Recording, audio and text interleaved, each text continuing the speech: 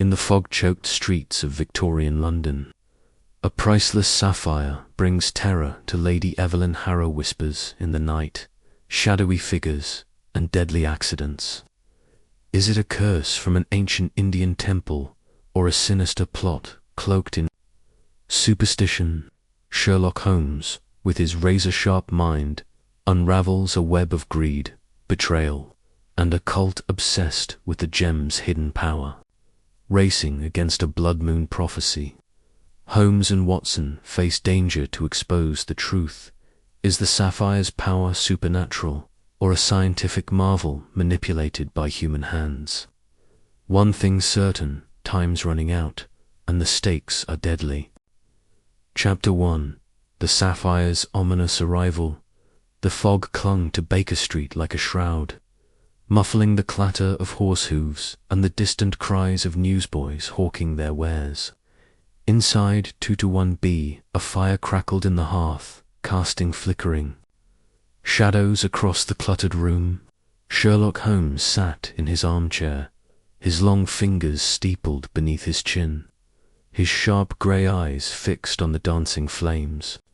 A violin rested on the table beside him, its bow lying askew as if abandoned mid-thought. Across from him, Dr. John Watson, ever the chronicler of their adventures, scribbled notes in his journal, the scratch of his pen a steady counterpoint to the fire's soft pops. "Holmes," I said, glancing up from my writing, "you've been staring at that fire for nigh on an hour. Are you deducing the chemical composition of the logs, or is something else afoot?" Holmes' lips twitched, the ghost of a smile. "You know me too well, Watson, but it is not the fire that occupies me. I am merely waiting. I set my pen down, intrigued. "For what, pray tell?" "For the inevitable," he replied, his voice low and precise. "The world does not permit a man of my profession to remain idle for long. A case will present itself before the day is out. Mark my words." As if summoned by his prediction, a sharp rap echoed from the door below. Mrs. Hudson's muffled voice followed, accompanied by the creak of the stairs. Holmes' eyes gleamed, and he leaned forward, his languid air replaced by an almost predatory alertness. "Enter," he called. Before Mrs. Hudson could knock out, the door swung open, revealing our landlady, her face flushed with agitation. Behind her stood a woman of striking presence, her dark hair swept into an elegant chignon, her green eyes wide with a mixture of fear and determination. She wore a deep blue velvet gown, its richness marred by a slight tremor in the hand clutching. Her reticule, Mrs. Hudson, hovered, uncertain. "Mr. Holmes, Dr. Watson, this is Lady Evelyn Harrow," she announced. "She insists it's urgent." "Thank you, Mrs. Hudson," Holmes said, rising with a fluid grace. "Please, Lady Harrow, take a seat. Tea, perhaps?" "No, thank you," Lady Harrow replied, her voice steady despite her evident unease. She crossed the room and sat in the chair Holmes indicated, her posture rigid. Mrs. Hudson retreated, closing the door with a soft click. Holmes resumed his seat, his gaze fixed on the lady. "You have come to me with a problem, Lady Harrow. Pray, do not waste time with preamble. Tell me everything, and omit nothing, however trivial it may seem." Lady Evelyn drew a deep breath, her fingers tightening around her reticule. "Mr. Holmes, I have heard of your remarkable abilities, and I am in desperate need of them. I fear I am cursed, or, rather, an object in my possession is a sapphire, passed down through my family for generations. Since it came into my care, strange things have happened. Noises in the night, visions, accidents. I fear for my safety, and that of my household." Holmes leaned back, his expression unreadable. "A cursed sapphire," he mused, his tone neutral. Fascinating. Describe these occurrences, if you please. Lady Evelyn hesitated, then began. It started 3 months ago, when my father, Lord Archibald Harrow, passed away. He left me the sapphire gem of extraordinary beauty, set in a silver pendant. It's been in our family since my great-great-grandfather, Sir Reginald Harrow, acquired it during his travels in India. The moment I took possession, things changed. At first, it was small objects misplaced, doors creaking open in the night. Then, a week ago, I saw something. Holmes prompted, his eyes narrowing. A figure, she said, her voice dropping to a whisper. In my bedroom, at the stroke of midnight, a shadow, tall and cloaked, standing at the foot of my bed. It vanished when I lit the lamp, but I swear it was real. The next day my maid, Clara, fell down the stairs. She was unharmed, thank God, but she swears she was pushed by an unseen force. And last night she broke off, her composure faltering. Go on, Holmes urged, his voice gentle but firm. Last night I heard voices, she said, whispers, in a language I couldn't understand. They seemed to come from the sapphire itself, which I keep locked in a safe. I checked it this morning, and it was warm to the touch, as if it had been held over a flame. I glanced at Holmes, expecting a dismissive remark about superstition. Instead, he leaned forward, his interest palpable. This sapphire, describe it. It's a deep blue, almost violet in certain lights, Lady Evelyn said. About the size of a pigeon's egg, cut in a star pattern. The silver setting is intricate, with symbols I don't recognize. My father said it was priceless, but he never spoke of its history beyond its origin in India. And these symbols, Holmes said, can you sketch them? Lady Evelyn nodded, accepting a pencil and paper from me. Her hand trembled slightly, as she drew a series of angular shapes, curves, and lines that suggested an ancient script. Holmes studied the sketch, his brow furrowing.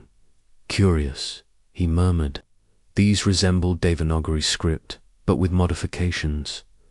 I shall need to consult my references. Tell me, Lady Harrow, who else knows of this sapphire? My household, Clara, my maid, Mr. Grayson, my butler, and Mrs. Poole, the housekeeper. My cousin, Reginald Harrow, also knows, as he was present when my father's will was read. He's not been himself since father's death. He's taken to gambling, I'm afraid. Holmes' eyes flickered with interest. And has anyone shown undue interest in the sapphire? Reginald asked to see it once, but I refused. He seemed resentful. And there was a man, a stranger, who came to the house 2 weeks ago, claiming to be a historian. He asked about family heirlooms, but I turned him away. His name, Holmes asked sharply. Professor Langston, she replied. He said, he was from Oxford, but I've heard nothing of him since. Holmes made a note in his pocketbook. Very well, I shall need to see the sapphire and inspect your home. Can you arrange for us to visit Harrow Manor tomorrow?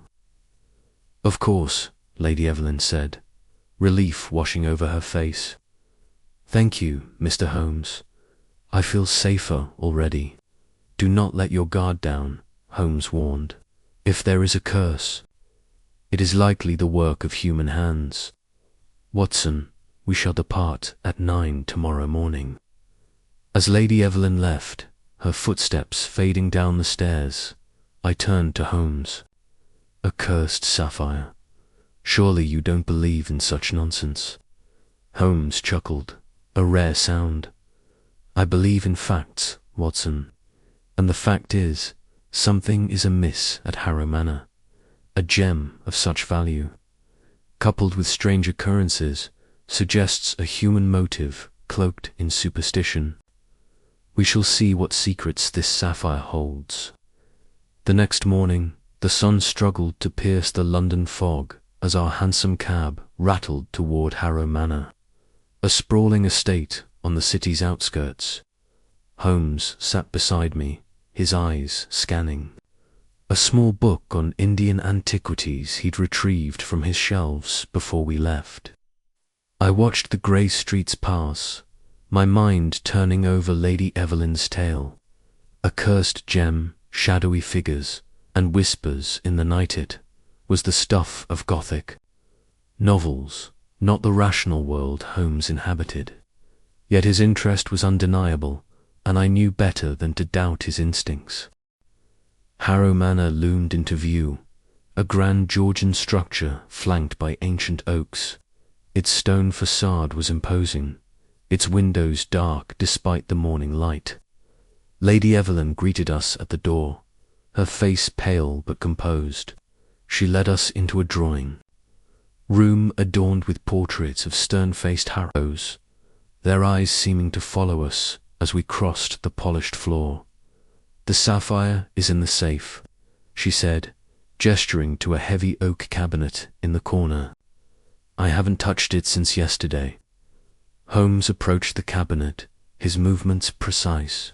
"The lock appears intact," he observed, kneeling to inspect it. "No signs of tampering. The key, if you please." Lady Evelyn produced a small silver key, which Holmes used to open the safe. Inside, on a velvet cushion, lay the sapphire pendant.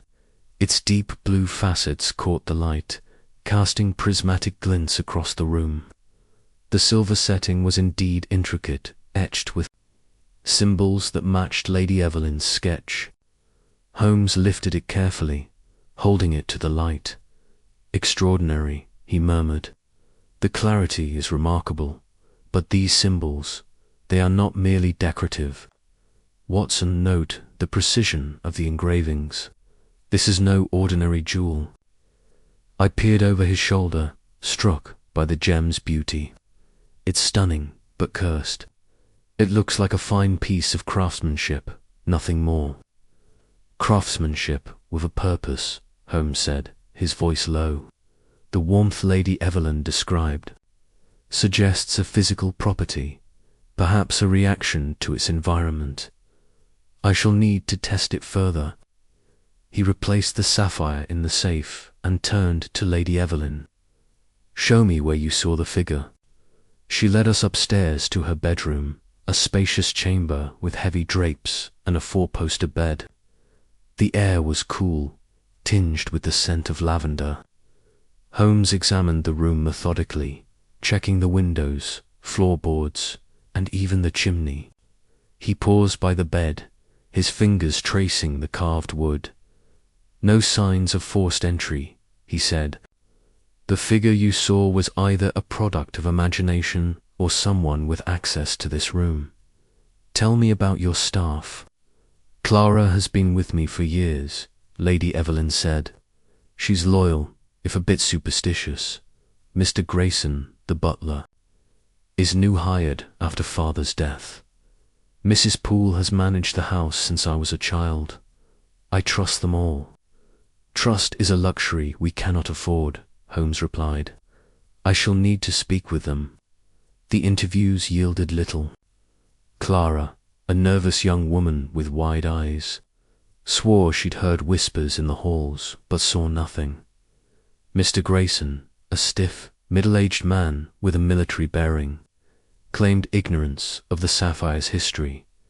Mrs. Poole, a stern matron, dismissed the curse as poppycock, but admitted to unease about the gem. Holmes listened intently, his questions probing yet subtle, as if testing the edges of their stories. As we returned to the drawing room, a loud crash echoed from the hall. Lady Evelyn gasped, and I drew my revolver, a habit from our more perilous cases. Holmes, unfazed, strode toward the sound. We found a shattered vase in the corridor, its fragments scattered across the marble floor. Clara stood nearby, her hands trembling. I didn't mean to, she stammered. It just fell. Holmes knelt, examining the shards. Curious, he said, picking up a piece. This vase is Chinese porcelain, quite valuable. The break is clean, as if struck with force. Clara, where were you standing? Just there, she said, pointing to a spot several feet away. Impossible, Holmes said, standing. The angle suggests the vase was pushed, not knocked over by accident. Someone was here. Lady Evelyn paled. The curse there. Is no curse, Holmes snapped, his tone sharp. There is only human intent. Watson, check the windows and doors. We may have an intruder. I searched the ground floor, finding no signs of entry. The windows were locked, the doors secure. Yet the air felt heavy, as if the house itself were watching us. When I returned, Holmes was pacing, his mind clearly racing. Lady Harrow, he said, I recommend you remove the sapphire from this house temporarily. Place it in a bank vault until we can ascertain the cause of these disturbances. But what if the curse follows it? She asked. Then we shall follow the curse, Holmes replied, a glint in his eye, and we shall unmask it. That evening, back at Baker Street, Holmes sat at his chemical table, the sapphire pendant before him. He'd persuaded Lady Evelyn to let him examine it overnight, assuring her it would be safe. He peered through a magnifying glass, muttering to himself as he tested the gem with various instruments. Fascinating, he said at last. The sapphire emits a faint vibration when exposed to heat. It's subtle but measurable. This could explain the warmth Lady Evelyn felt. Vibration, I asked, puzzled. What does it mean? It means, Watson, that this gem is more than a pretty trinket. Its crystalline structure may have unique properties, perhaps piezoelectric, capable of generating energy under pressure. Such phenomena could be mistaken for the supernatural by the uninitiated. So the curse is a scientific anomaly, I said, trying to follow. Possibly, Holmes replied. But the figure, the voices, the vesties are not the work of crystals. Someone is orchestrating this, and I intend to find out who. He stood, retrieving his pipe from the mantel. Tomorrow we return to Harrow Manor. I suspect our answers lie not in the sapphire itself, but in the hands that covered it. The following days were a whirlwind of investigation. Holmes interviewed neighbours, scoured records at the British Museum, and even consulted a jeweller friend, Mr. Goldstein, who confirmed the sapphire's rarity but knew nothing of its supposed curse. Each clue deepened the mystery, yet Holmes remained undeterred, his mind a steel trap closing around the truth. One evening, as we sat in Baker Street, a telegram arrived from Lady Evelyn. Her words were frantic. Another incident. Footprints in the garden leading to the safe. Sapphire untouched, but I fear for my life. Please come at once. Holmes read the message, his expression hardening. The game is afoot, Watson. Pack your revolver. We may need it before this is over. Chapter 2. The Harrow family's secrets. The fog hung low over Baker Street, curling like ghostly fingers around the lampposts as Sherlock Holmes sat by the fire, his violin resting on his knee. The instrument lay silent, its bow idle in his hand, for his mind was elsewhere consumed by the peculiar case of Lady Evelyn Harrow and her cursed sapphire. The gem, a deep cerulean marvel the size of a pigeon's egg, had been presented to him the previous evening, its facets catching the gaslight in a way that seemed almost defiant, as if it held secrets it dared him to uncover. Lady Evelyn's tale of strange noises, fleeting visions, and an oppressive sense of dread had piqued his curiosity, though he remained steadfastly skeptical of any supernatural claims. To Holmes, the world was a puzzle of facts, and no curse could withstand the scrutiny of reason.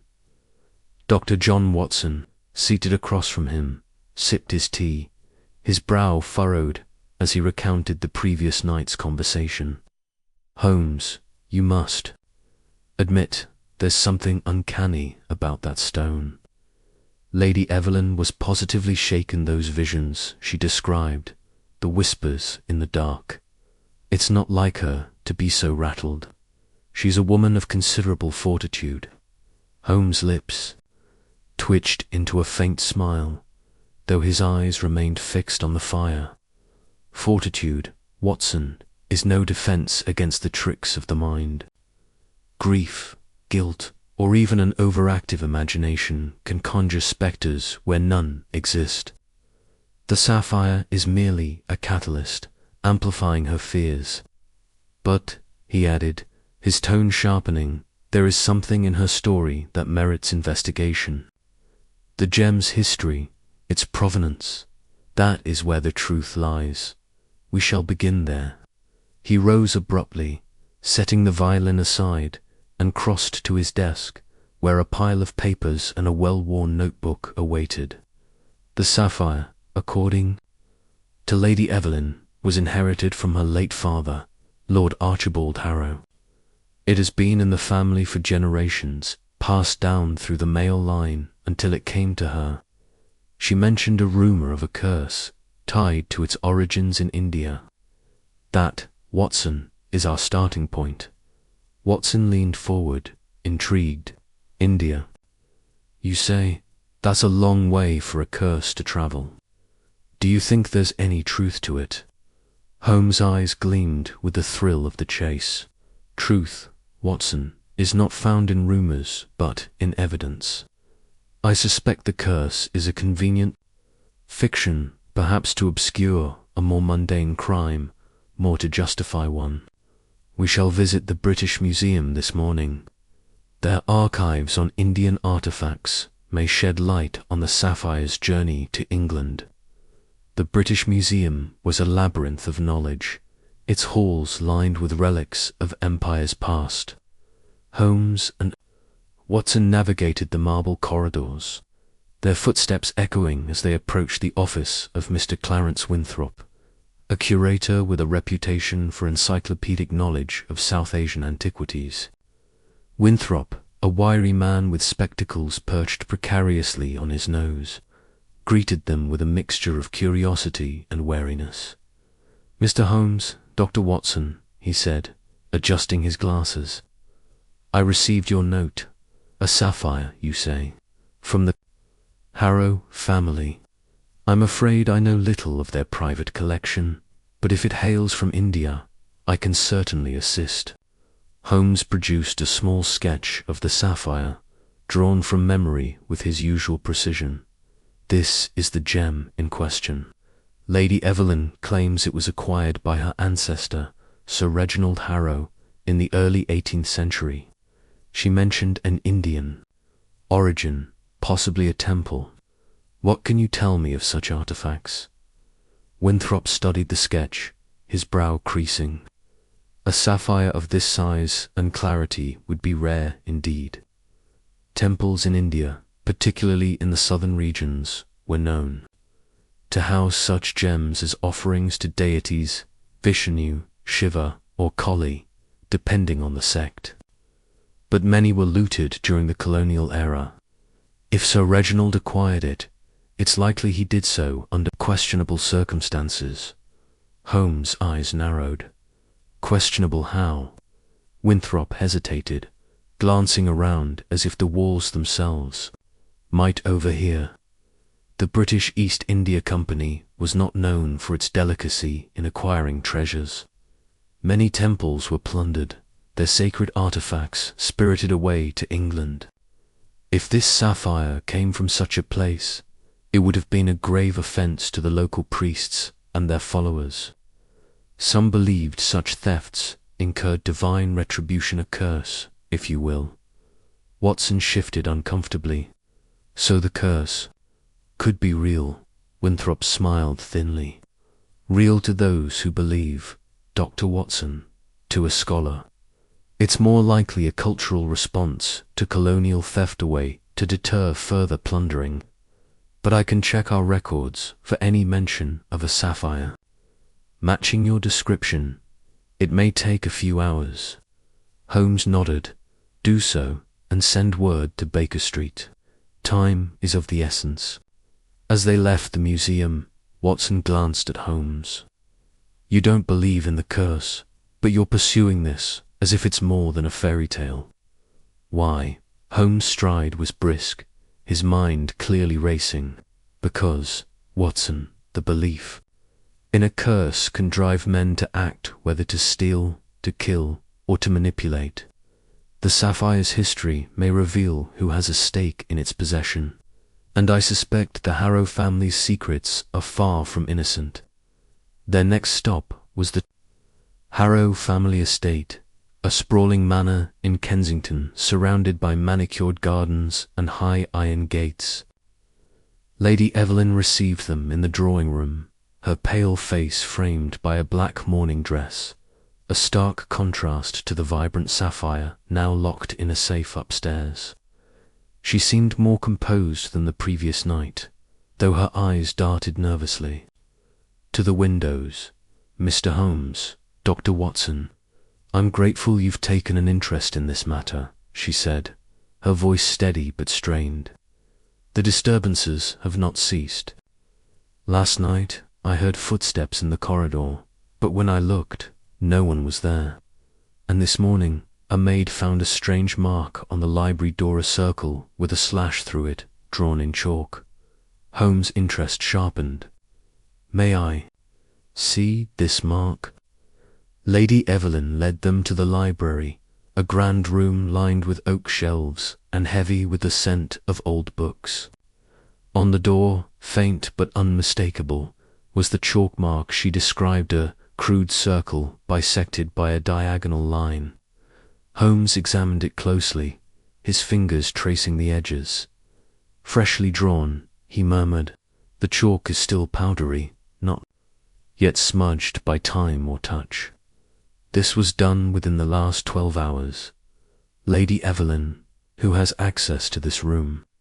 Only the household staff, and myself, she replied.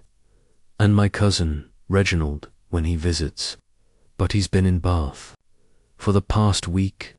Holmes' eyes flicked to Watson, a silent signal of suspicion. I see, and the sapphire, where is it kept? In a safe in my late father's study, she said. It's locked, and only I have the combination. Show me, Holmes said, his tone leaving no room for hesitation. The study was a masculine domain, all dark wood and leather, with a massive desk dominating the centre. Behind a portrait of Lord Archibald Harrow hung a steel safe, its dial gleaming in the dim light. Holmes inspected it, noting the absence of scratches or tampering. No. One has attempted to force it, he said. But someone is watching this house, marking their presence. This symbol may be a warning or a claim. Lady Evelyn, I must ask about your family's history. What do you know of Sir Reginald Harrow and how he acquired the sapphire? Lady Evelyn's lips tightened, and she sank into a chair. It's not a story my family likes to tell. Sir Reginald was a soldier in the East India Company, stationed in Madras in the 1720s. The family legend says he won the sapphire in a wager with a local prince, but there are other accounts, less flattering. My grandfather once hinted that Sir Reginald took it from a temple during a raid. He was vague, but he spoke of a priest's curse, vowing vengeance on the Harrow line. Holmes paced slowly, his hands clasped behind his back. And did your grandfather mention any specific consequences of this curse? Only that misfortune followed the family, she said. My great-uncle died in a duel. My grandmother lost 2 children to illness, and my father, he was never the same after my mother's death. He became obsessed with the sapphire, convinced it was watching him. I thought it was madness, but now, with these disturbances—" Holmes stopped pacing, his gaze piercing. "Madness, Lady Evelyn, is often a mask for guilt. Your father's obsession suggests he knew more than he told. Are there any family records, letters, journals that might detail the sapphire's acquisition?" "There are some old papers in the attic," she said hesitantly. "My father forbade me from reading them, but I know they exist. They're in a locked trunk, and I have the key." "Then we shall examine them," Holmes declared. "Watson, assist Lady Evelyn in retrieving the trunk. I'll inspect the rest of the house for further signs of intrusion." As Watson and Lady Evelyn ascended to the attic, Holmes moved through the manor with the precision of a bloodhound, his eyes scanning for anything out of place.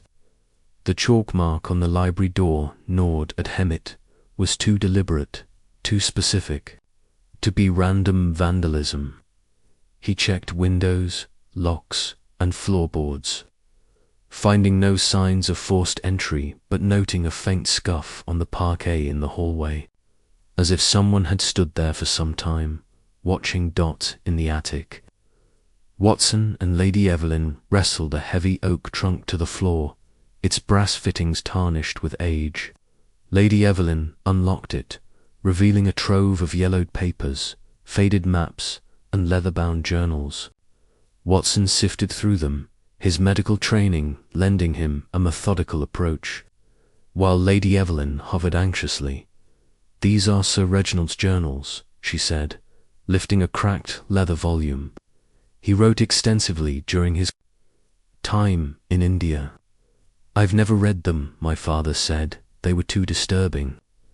Watson opened the journal, its pages brittle but legible.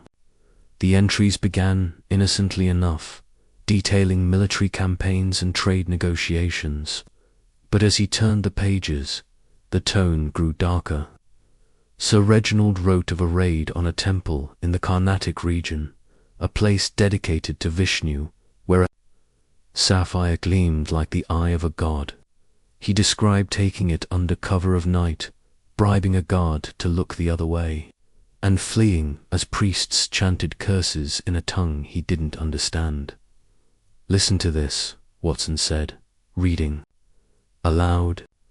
"The stone is mine, but I feel its weight. Last night I dreamed of a shadow with no face, its hands reaching for me. The men say the priests have cursed us, that the sapphire will bring ruin.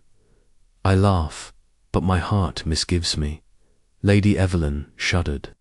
"It's as if the curse followed him home." Watson frowned, his practical mind wrestling with the eerie words. "Holmes will want to see this. It's evidence, if nothing else, of a guilty conscience." They carried the journals downstairs, where Holmes was waiting in the study, his expression one of quiet triumph. "I've found something," he said, holding up a small brass key, its head engraved with a lotus flower. It was hidden beneath a loose floorboard in the corridor. "It doesn't match any lock in the house, but it's of Indian design, likely from the same region as the sapphire."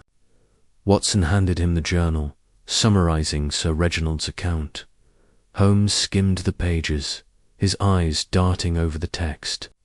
"This confirms my suspicions," he said. "The sapphire was stolen, and the curse is likely a fabrication to instill fear or a justification for later crimes. But this key, it suggests something tangible, a hidden lock, perhaps tied to the gem's origins. We must learn more about this temple." Over the next few days, Holmes immersed himself in research, cross-referencing Sir Reginald's journals with historical records at the India Office Library. He uncovered references to a temple near Tanjore, dedicated to Vishnu, where a sapphire known as the Eye of the Serpent was venerated. The temple's priests, a secretive order, were said to guard a ritual that could harness the gem's supposed power, though what that power was remained unclear. The records also mentioned a rebellion following the Sapphire's theft, with priests vowing to reclaim it at any cost. Holmes shared his findings with Watson over dinner at Baker Street. The Sapphire's sketch pinned to the wall like a battle map. The temple's priests were not mere fanatics, he said. They were scholars, mathematicians, even engineers. Their ritual may have been a scientific process disguised as mysticism to protect their knowledge. The sapphire could be a component in some ancient mechanism, a key, perhaps, to a greater secret. Watson chewed his steak thoughtfully. But why would anyone care about it now, centuries later? Surely the priests are long gone. Holmes' eyes glinted. Are they? The chalk mark, the footsteps Lady Evelyn heard, these suggest someone still believes in the sapphire's power, or they want it for their own ends. We must consider the possibility of descendants, or a modern cult inspired by the old priests. And then there's the Harrow family itself. Lady Evelyn may not be the only one with a claim to the gem. The investigation took a new turn when Holmes received a telegram from Winthrop at the British Museum. The curator had found a record of the Eye of the Serpent in a 19th century catalogue of looted artifacts, noting its association with a now-defunct temple in Tanjore. More intriguingly, the catalogue mentioned a companion reliquia, ceremonial dagger that was said to complete the sapphire's ritual. The dagger's whereabouts were unknown, but its last known owner was a Harrow ancestor, Sir Charles Harrow, who died under mysterious circumstances in 1803. Holmes leaned back in his chair, his fingers steepled. A dagger and a sapphire, both stolen, both tied to a ritual. This is no mere curse, Watson, it's a puzzle. Someone is after these relics, and they're willing to haunt Lady Evelyn to get them. We must return to Harrow Manor and search for any trace of this dagger. Their return to the manor was marked by an unsettling discovery. The chalk mark on the library door had been joined by another, this time on the window of Lady Evelyn's bedroom, a circle with 2 slashes drawn in red paint. Lady Evelyn was near hysteria, insisting the curse was tightening its grip. Holmes, however, saw opportunity in the escalation. Fear is their weapon, he told Watson as they examined the new mark. But it's a clumsy one. These symbols are meant to intimidate, not to communicate. Whoever is behind this is growing desperate. He questioned the household staff again, focusing on their alibis for the night of the new mark. The butler, a stoic man named Jenkins, admitted to seeing a cloaked figure in the garden 2 nights prior, but had dismissed it as a vagrant. Holmes pressed him, noting the man's nervous glance toward the stables. A search of the stables revealed nothing, but Holmes' keen eye caught a faint trail of mud leading to a Inside, hidden beneath a pile of sacks, was a tin box containing a scrap of paper with a single word: Collie. Holmes pocketed it, his mind racing. Collie, he mused as they returned to Baker Street. The goddess of destruction, often worshipped in secret sects. This suggests a connection to the temple's priests, saw their modern successors. We're dealing with a group, Watson, not a lone intruder. And they're closer than we think. The next morning, Holmes dispatched a series of telegrams, one to an old contact in Calcutta who might know of surviving temple sects, another to a Scotland Yard inspector to check for recent activity in London's Indian community. He also sent a note to Lady Evelyn, urging her to double the manor's security and to inform him of any further disturbances. As the days passed, Holmes and Watson pieced together more of the Harrow family's history. Sir Reginald's journals revealed a pattern of misfortune, fires, bankruptcies, sudden deaths that followed each generation that possessed the sapphire. Yet Holmes was unconvinced these were supernatural. Coincidence, he said, or sabotage. Someone has been exploiting the curse to undermine the Harrows, perhaps to reclaim the gem. A breakthrough came when Holmes' contact in Calcutta replied, confirming that a small sect of Vishnu devotees, descended from the Tanjore priests, still existed. They called themselves the Order of the Serpent's Eye and were rumoured to operate in London, blending into the city's growing Indian diaspora. The telegram included a chilling detail. The sect believed the sapphire's power could only be unlocked with the blood of a Harrow. Holmes' expression darkened as he read the telegram. Aloud, blood, he said. Not a curse, but a vendetta. Lady Evelyn is in greater danger than I thought. We must act swiftly. He and Watson returned to Harrow Manor, where Lady Evelyn greeted them with a new piece of evidence. A letter slipped under her door during the night. It was written in an elegant hand, warning her to surrender the sapphire or face the wrath of the gods. The paper bore a faint watermarker, lotus flower, identical to the engraving on the brass key Holmes had found. This is no coincidence, Holmes said, holding the letter to the light. The key, the symbols, the letter, they're all connected. Someone in this house is working with the Order, feeding them information. We must set a trap. Holmes devised a plan to lure the culprit. He instructed Lady Evelyn to announce, within earshot of the staff, that she intended to move the sapphire to a bank vault the following day. That night, he and Watson hid in the study, watching the safe through a crack in the door. Hours passed in silence, the manor creaking under the weight of its own secrets. At midnight, a shadow moved in the corridor. A figure, cloaked and silent, approached the safe, producing a key that matched the one Holmes had found. Before the figure could open the safe, Holmes sprang forward, seizing their wrist. The cloak fell back, revealing Jenkins, the butler, his face pale with fear. Mr. Holmes, Jenkins gasped. I can explain. Explain, then, Holmes said coldly, his grip unyielding. And start with why you're working for the Order of the Serpent's Eye. Jenkins' confession came haltingly.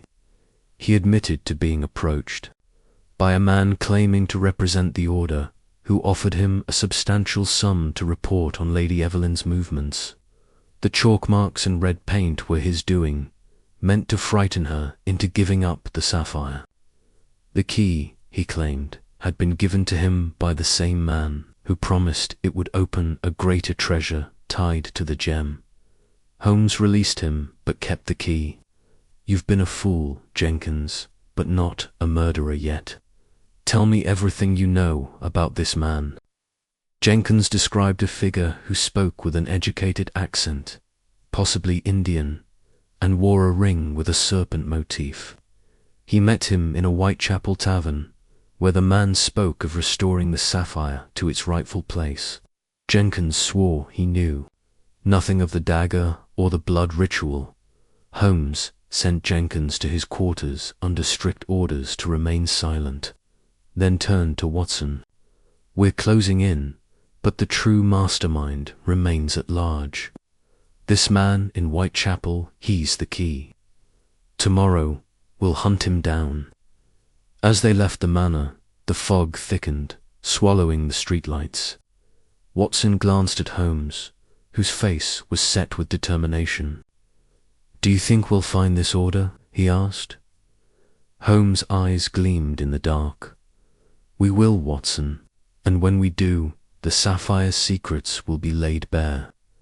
The trail was growing warmer, but the shadows of the Harrow family's past loomed larger with each step.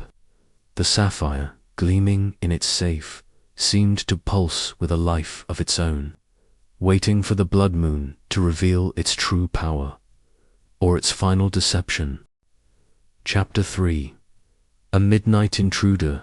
The fog hung heavy over London, cloaking the cobbled streets of Mayfair in a shroud of grey. The gas lamps flickered, casting feeble pools of light that did little to dispel the oppressive gloom. At the heart of this affluent district stood Harrow Manor, its imposing Georgian facade looming like a sentinel against the night. Inside, Lady Evelyn Harrow sat in her drawing-room, her delicate hands clasped tightly around a cup of tea that had long since gone cold. Her eyes, wide and restless, darted toward the tall windows, where the curtains stirred faintly, though no breeze could be felt. The sapphire, that cursed gem she had inherited from her late uncle, sat on a velvet cushion in a locked glass case across the room, its deep blue facets glinting ominously in the firelight. Sherlock Holmes and Dr. John Watson had taken up residence in the manor at Lady Evelyn's insistence, following her frantic plea for their assistance 2 days prior. The sapphire, she claimed, was no mere heirloom. Since its arrival in her possession, strange occurrences had plagued the household: whispers in empty corridors, fleeting shadows where none should be, and, most disturbingly, visions of a robed figure holding a dagger, its face obscured by a hood. Holmes, ever the skeptic, had dismissed the supernatural claims, but found the case intriguing enough to warrant investigation. The gem's history, tied to an ancient Indian temple and rumors of a curse, suggested a puzzle worth solving. Watson, though more open to the possibility of the uncanny, trusted Holmes' judgment and had agreed to stay. It was nearing midnight when the first sign of trouble stirred. Holmes, seated in a high-backed chair near the fireplace, was engrossed in a leather-bound volume on gemology, his pipe sending curls of smoke into the air. Watson, at a small writing desk, was scribbling notes on their preliminary findings, his pen scratching softly against the paper. The house was quiet, save for the occasional creak of old wood settling and the distant tick of a grandfather clock in the hall. A faint thud broke the silence, so soft it might have been mistaken for a branch tapping a window. Holmes' head snapped up, his keen eyes narrowing. Watson paused, his pen hovering over the page. "Did you hear that?" Watson whispered, his voice low. Holmes raised a hand, signaling for silence. He tilted his head, listening intently. A moment later, another sound came, a muffled scrape, like boots brushing against stone, emanating from the direction of the rear servants' entrance. Holmes set his book aside and rose, his movements swift and silent. Watson followed, his hand instinctively brushing the revolver in his pocket, a habit from his days in Afghanistan. "Stay close, Watson," Holmes murmured, his voice barely audible, "and keep your wits about you." They moved through the dimly lit corridors of Harrow Manor, their footsteps muffled by the thick Persian rugs.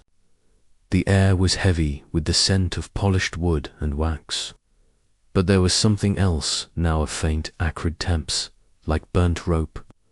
Holmes' eyes flicked to the walls, noting the undisturbed portraits and ornaments. Nothing appeared out of place, yet the atmosphere felt charged, as though the house itself were holding its breath. They reached the servants' entrance, a narrow door tucked behind the kitchen. Holmes crouched, examining the lock. A faint scratch mark marred the brass, barely visible in the dim light. He ran a finger along it, his lips pursing. "Fresh," he said softly. "Made within the hour. Our intruder is no amateur." Watson frowned, peering over Holmes' shoulder. "How do you know it's an intruder? Couldn't it be one of the staff?" Holmes shook his head. The staff have keys, and this door is rarely used. The mark suggests a pick expertly applied. No, Watson, we are dealing with someone who does not belong here. He eased the door open, revealing a small courtyard bathed in moonlight. The fog had thickened, swirling around the stone walls like a living thing. Holmes stepped outside, his eyes scanning the ground.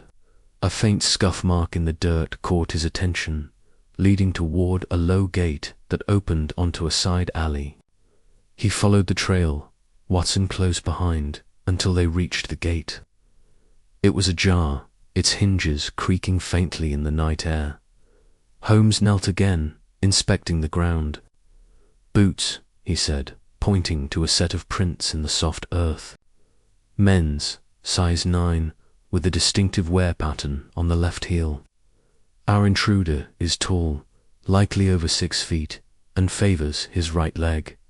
He entered here, but the tracks do not return. He's still inside." Watson's grip on his revolver tightened. "Then we'd best find him." Holmes nodded, his expression grim. "We must move quickly. If his target is the Sapphire, he'll be heading for the drawing room." They retraced their steps, moving with purpose through the manor's labyrinthine halls. The silence was oppressive now, broken only by the distant ticking of the clock. As they neared the drawing room, a faint creak came from above, followed by the soft thud of a footfall. Holmes' eyes flicked upward. "The upper floor," he said. "He's testing the layout, likely ensuring the household is asleep." They ascended the grand staircase, their movements cautious. The upper floor was a maze of guest rooms, family quarters, and storage closets, all shrouded in darkness. Holmes paused at the top, his head tilted as he listened. A faint rustle came from the direction of Lady Evelyn's private study, a small room adjacent to her bedroom where the Sapphire was kept during the day. Holmes gestured for Watson to follow, and they crept toward the study. The door was slightly ajar, a sliver of moonlight spilling through the gap. Holmes peered inside, his sharp eyes taking in the scene. The room was in disarray, books pulled from shelves, papers scattered across the desk. The glass case that housed the Sapphire during the day stood empty, its lock intact but the door forced open. "He's been here," Holmes whispered, "but he hasn't found what he came for." Watson frowned. "The Sapphire's in the drawing room now. Why search here?" Holmes' eyes gleamed. "Because he knows the gem's value lies not in its beauty but in its secrets. He's looking for something else, documents, perhaps, or a clue to the Sapphire's history." A sudden crash from the drawing room below sent a jolt through them. Holmes spun, his coat flaring as he darted back toward the staircase. Watson followed, his heart pounding. They descended in a rush, reaching the drawing room just as a shadow moved across the doorway. "Stop," Watson shouted, drawing his revolver. The figure froze, then bolted toward the French windows leading to the garden. Holmes was faster, crossing the room in 3 strides and seizing the intruder by the arm. The man twisted, his face obscured by a dark scarf, and swung a fist at Holmes. Holmes ducked, using the man's momentum to pin him against the wall. "Enough," Holmes said sharply. "You'll only make this harder for yourself." The intruder struggled, but Holmes' grip was unyielding. Watson approached, his revolver trained on the man. "Who are you?" he demanded. The man said nothing, his eyes glinting with defiance. Holmes reached up, pulling the scarf from his face. The intruder was young, no older than 30, with sharp features and a scar running across his left cheek. His clothes were plain but well-tailored, suggesting means beyond the common thief. "Search him, Watson," Holmes said. Maintaining his hold, Watson patted the man down. Finding a small lock-picking kit, a folded map of the manor, and a single photograph of the Sapphire. "Well, well," Watson said, holding up the photograph. "You came prepared." Holmes studied the man's face, his eyes narrowing. "You're no ordinary burglar. Your tools are professional, your approach calculated. Who sent you?" The man's lips curled into a sneer. "You'll get nothing from me, Holmes." Holmes raised an eyebrow. "You know my name. Interesting. That suggests a connection closer than I'd anticipated." Before the man could respond, a scream pierced the air. Lady Evelyn's voice, coming from her bedroom upstairs. Holmes' head snapped toward the sound.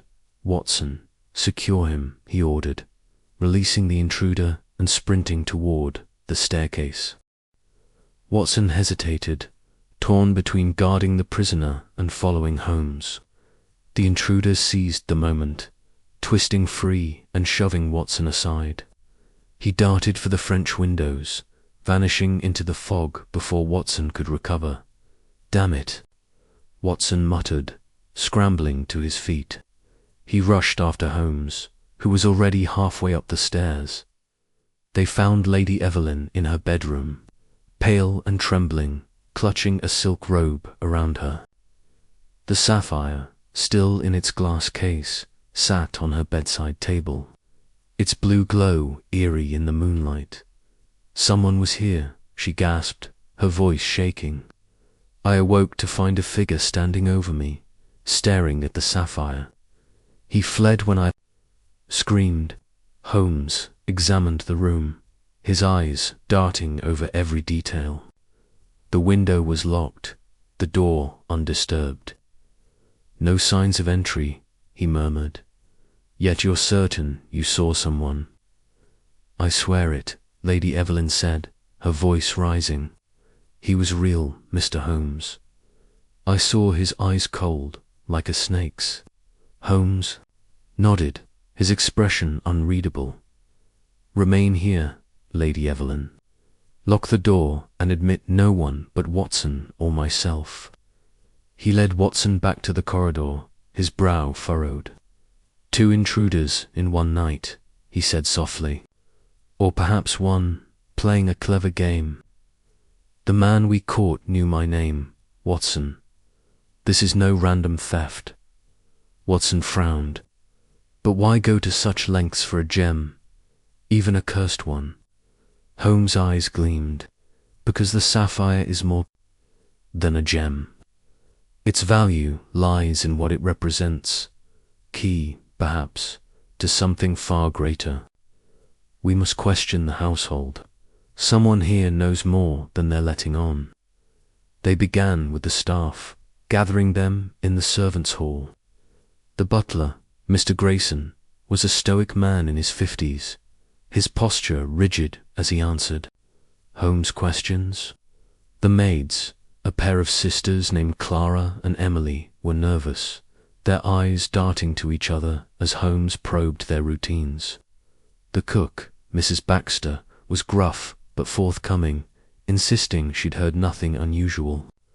The footman, a young man named Thomas, was sullen, his answers curt.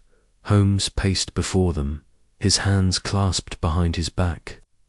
"One of you," he said, his voice low and deliberate, "has knowledge of tonight's events, the intruders." Map was too precise, his movements too confident. He had help from within this house.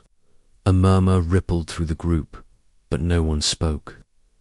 Clara, the younger maid, twisted her apron, her face pale.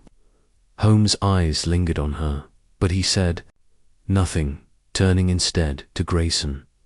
"Mr. Grayson," Holmes said, "you've served the Harrow family for 20 years. Have you ever heard of a theft or disturbance here before?" Grayson shook his head. "Never, sir. The manor has always been secure, and yet," Holmes said, "tonight it was breached with ease. Curious." He dismissed the staff, his expression thoughtful. "Watson," he said as they returned to the drawing room, "our intruder was after the Sapphire.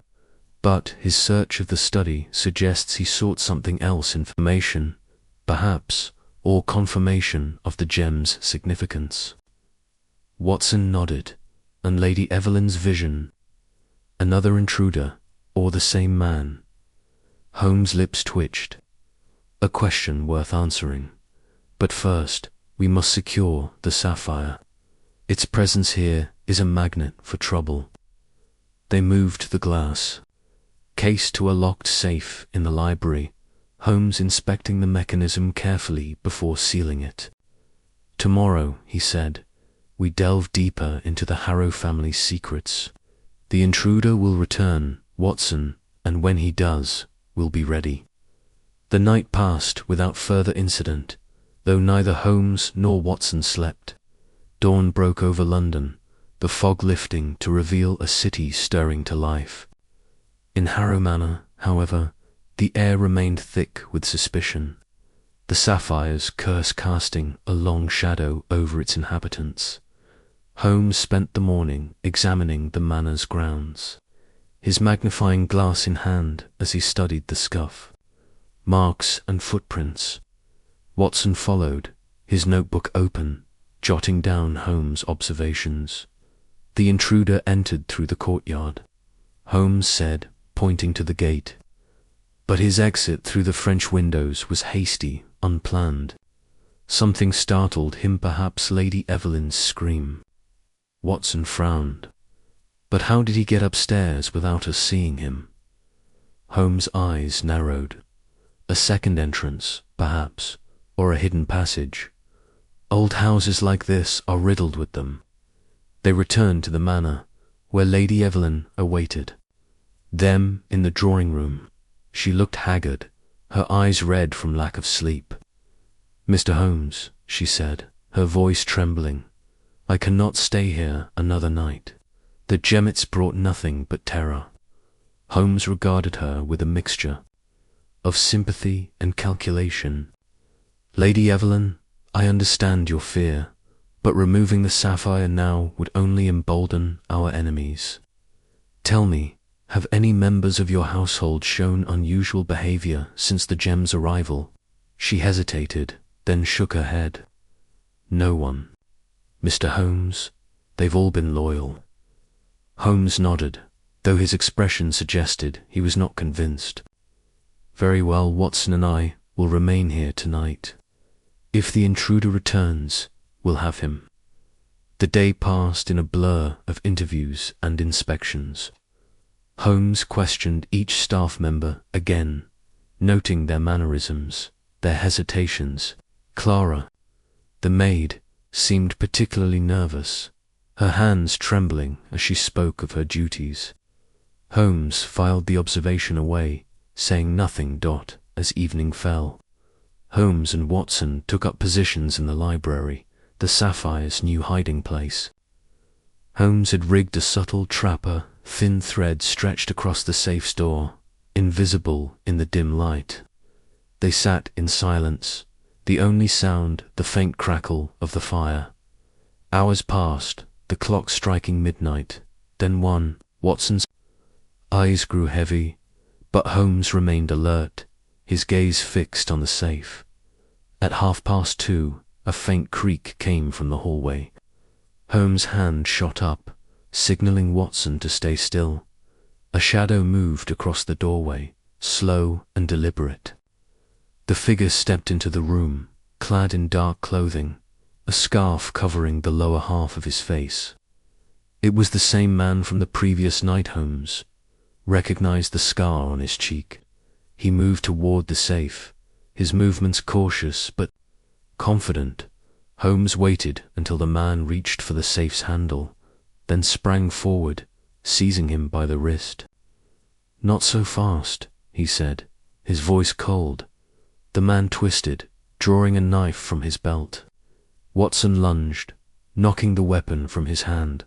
The intruder cursed, struggling against Holmes' grip, but Watson pinned his other arm, and together they forced him to the floor. "Light the lamp, Watson," Holmes said. His voice calm. Watson complied, illuminating the room. The intruder glared up at them, his scarf now fallen to reveal his face fully. Holmes studied him, his eyes narrowing.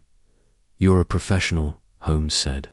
"Your tools, your knowledge of the manor, all points to a hired man. Who is?" "Your employer," the man spat, his eyes blazing. "You'll get nothing from me." Holmes smiled faintly. "We'll see about that." They bound the man's hands and sat him in a chair.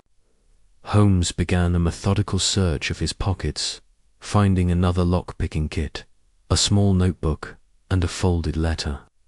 The notebook contained sketches of the manor's layout, with the study and drawing room marked in red. The letter was more, revealing a brief note, unsigned, instructing the man to retrieve the key and avoid detection at all costs. "The key," Holmes murmured, holding up the letter. "Not the sapphire itself, then, but something it unlocks. Fascinating." Watson frowned. But what could it unlock? A vault, a ritual. Holmes' eyes gleamed. "That, Watson, is the question. And I suspect the answer lies within this house or with its inhabitants." They locked the intruder in a storage room, posting a footman to guard him until the police could be summoned. Holmes and Watson returned to the library, where Holmes paced, his mind racing. "The man's employer is someone with intimate knowledge of the manor," Holmes said. "The map, the letter, all points to an insider. And yet, Lady Evelyn claims her staff are loyal." Watson rubbed his chin. Could she be mistaken, or lying? Holmes paused, his expression thoughtful. "Possibly, but I suspect the truth is more complex. We must watch closely, Watson. The sapphire is a catalyst, drawing out secrets long buried." The police arrived at dawn, taking the intruder into custody. He remained silent, refusing to give his name or employer. Holmes, undeterred, spent the day poring over the notebook and letter, deciphering their cryptic references. By evening, he had a new lighter mention of a scholar who had provided the intruder with information about the sapphire. "Professor Langston," Holmes said, his voice low. "Our expert in occult artifacts. I think it's time we paid him a visit." As they prepared to leave for Langston's residence, a chill settled over Harrow Manor. The sapphire, now locked away, seemed to pulse with a life of its own, its curse a silent promise of more trouble to come. Holmes, however, was undaunted, his mind already piecing together the puzzle of the midnight intruder and the secrets he had come to steal. The investigation continued, with Holmes and Watson delving deeper into the manor's secrets. The staff, though outwardly cooperative, harbored tensions that Holmes could sense like a bloodhound on a scent. Clara, the maid, avoided his gaze, her hands fidgeting whenever he approached. Grayson, the butler, was too composed, his answers too polished. Even Lady Evelyn, for all her distress, seemed to hold something back, a glance, a hesitation that suggested she knew more than she admitted. Holmes spent the next day combing through the manor's records, searching for clues to the sapphire's history. In the library, he found a dusty ledger detailing the Harrow family's acquisitions, including a vague reference to a blue stone acquired in 1789 during a trip to India. The entry was brief, but a footnote mentioned a guardian tasked with its protection, a term that echoed the journals Holmes would later discover. Meanwhile, Watson interviewed the neighbors, hoping to uncover rumors or sightings of suspicious figures.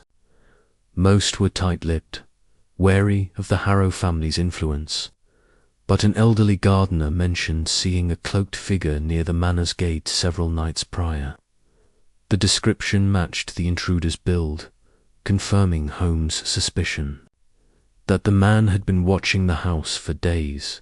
That evening, Holmes and Watson returned to the library, where Holmes outlined his theory. The intruder's goal was not theft for profit, he said, tapping the notebook.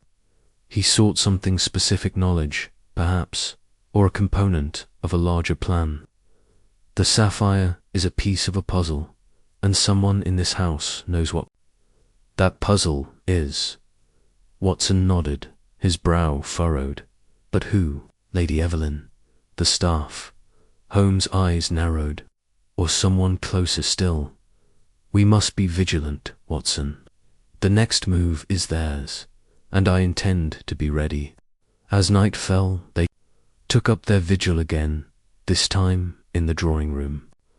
The sapphire, now back in its glass case for appearances, sat like a silent sentinel, its facets catching the firelight. Holmes had rigged another trapper pressure plate beneath the rug, connected to a bell in the library. If anyone approached the case, they would know.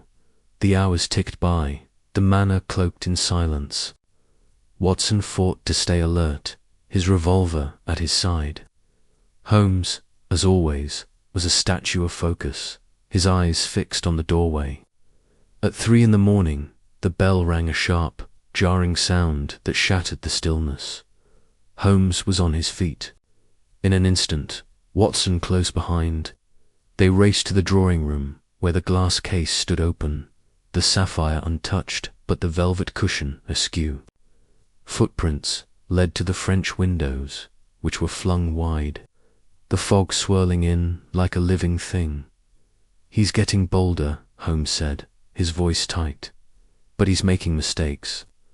They followed the trail into the garden, where the fog was so thick they could barely see 10 feet ahead. A rustle came from the hedge, and Holmes darted forward, his lantern cutting through the gloom. The figure was there, cloaked and swift, but Holmes was faster. He tackled the man, pinning him to the ground.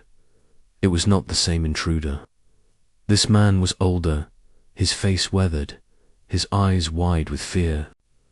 "Please," he gasped, "I meant no harm." Holmes hauled him to his feet, his grip firm.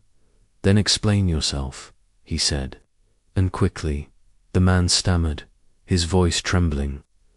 "I was hired," he said. "A man in Whitechapel paid me to watch the house, to report on the sapphire.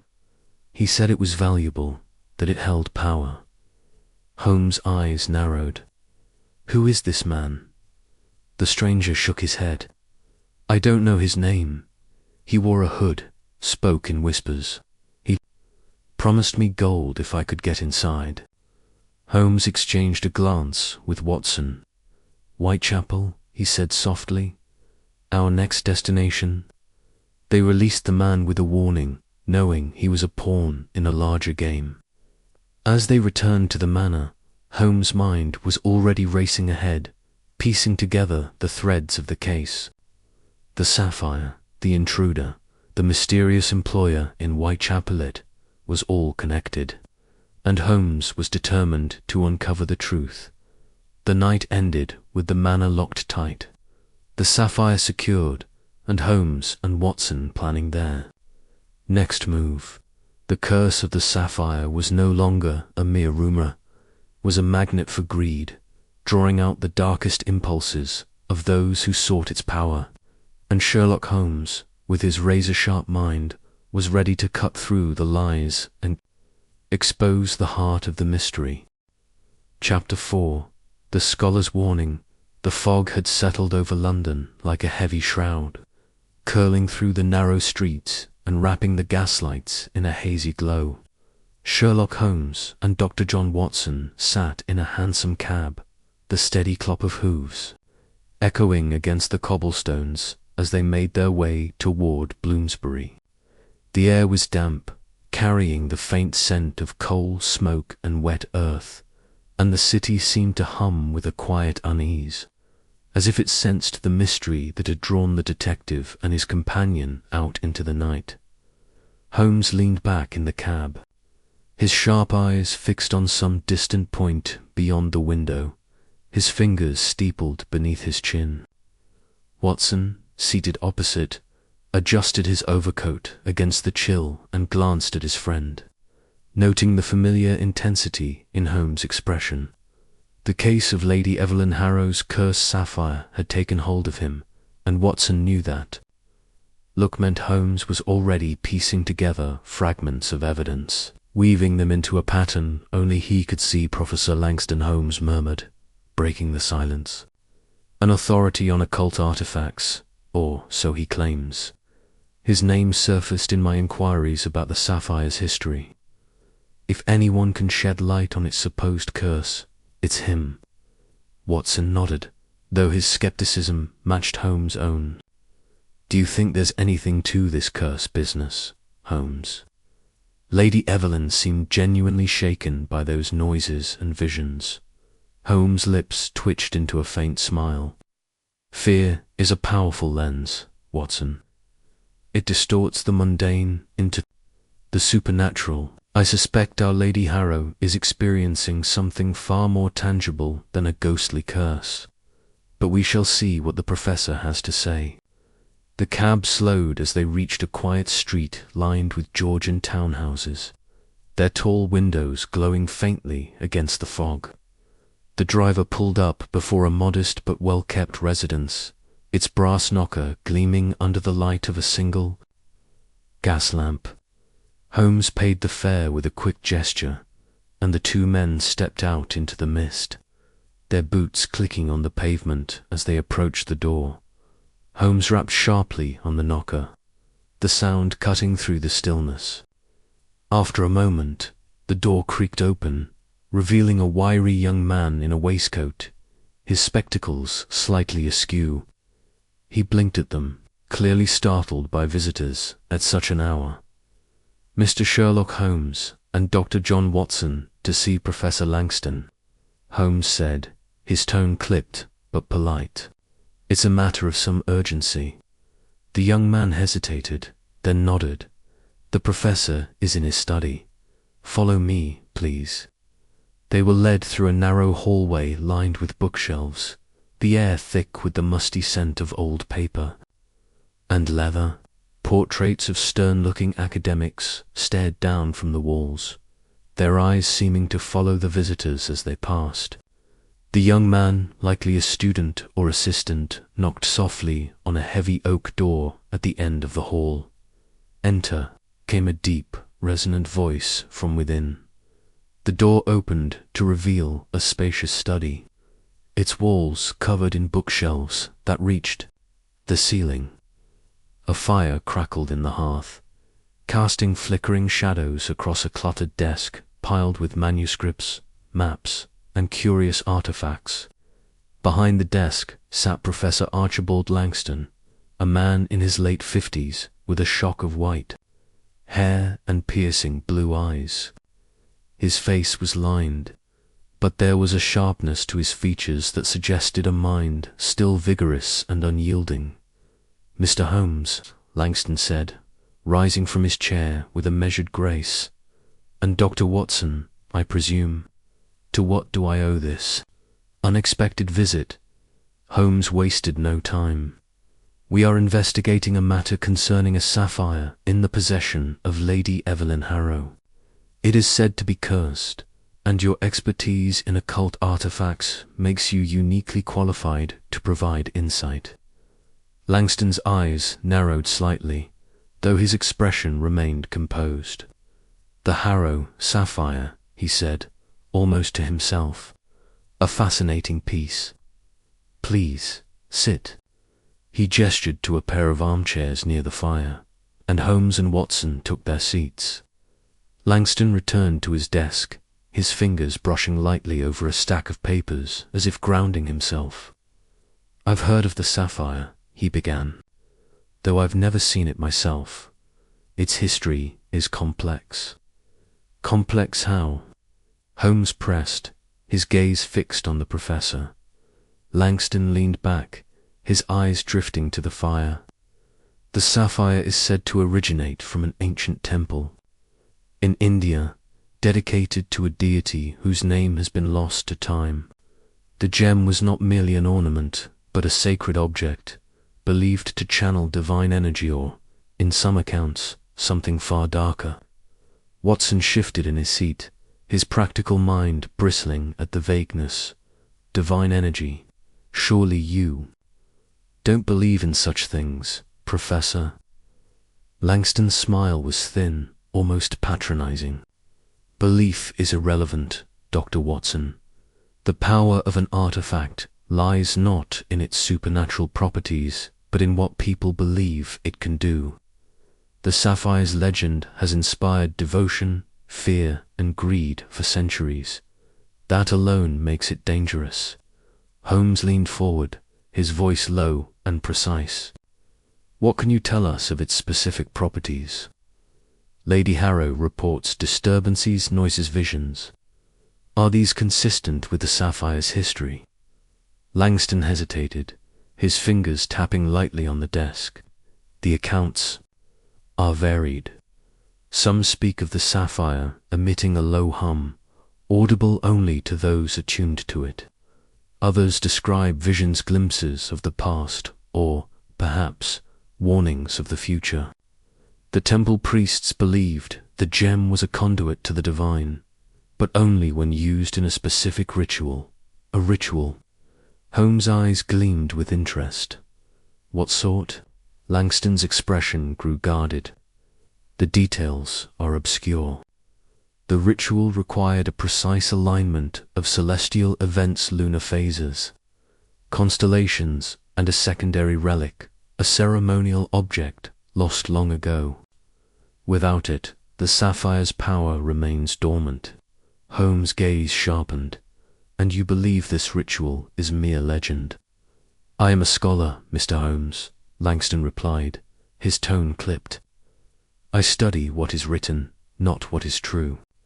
The Sapphire's history suggests it was stolen from the temple during a period of colonial expansion. The curse, if you believe in such things, may be tied to that act of theft or karmic retribution, perhaps. Watson frowned. Karmic retribution. That sounds rather fanciful for a man of your learning.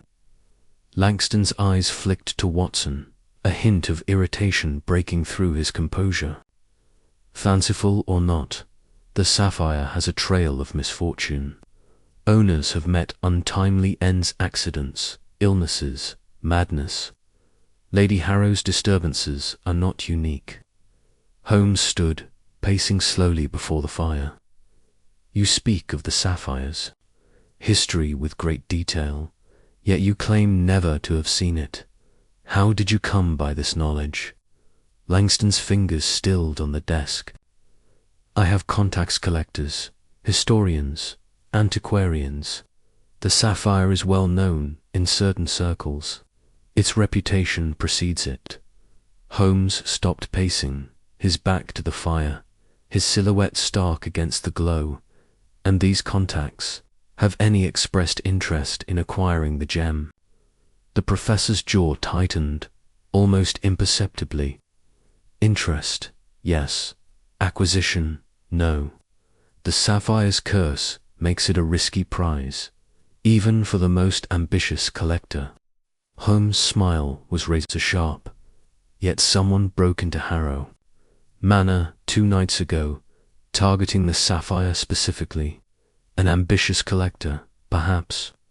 Langston's eyes widened, though he quickly masked his surprise. A break-in I hadn't heard. That's troubling, indeed, Holmes said, his tone deceptively light. Troubling that a scholar of your caliber, with such keen interest in the Sapphire, would be unaware of such an event. The room fell silent, save for the crackle of the fire. Langston's composure held, but Watson sensed a tension in the man's posture, a slight rigidity in his shoulders.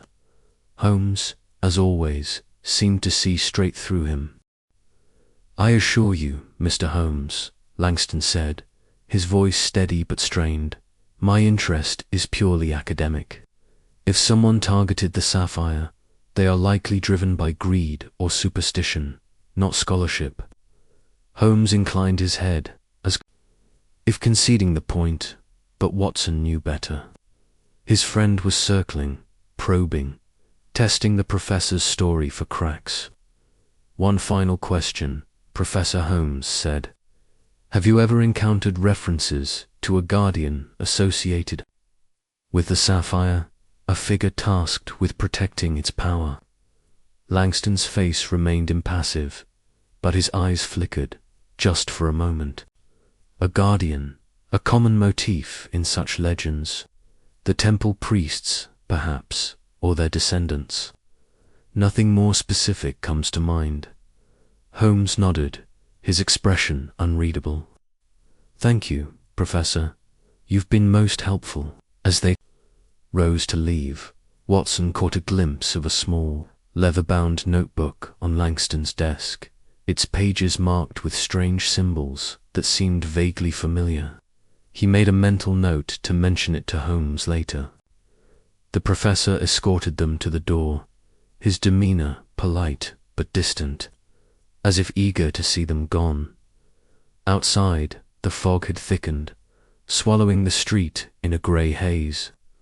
Holmes lit a cigarette, the match flaring briefly in the gloom. Well, Watson, he said, exhaling a plume of smoke, what did you make of our learned friend?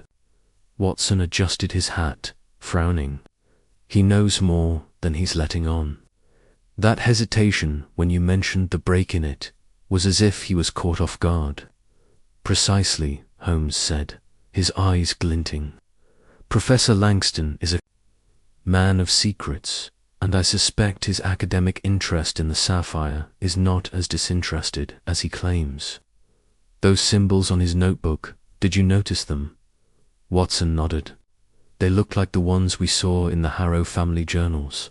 Indian, perhaps. Very likely, Holmes said.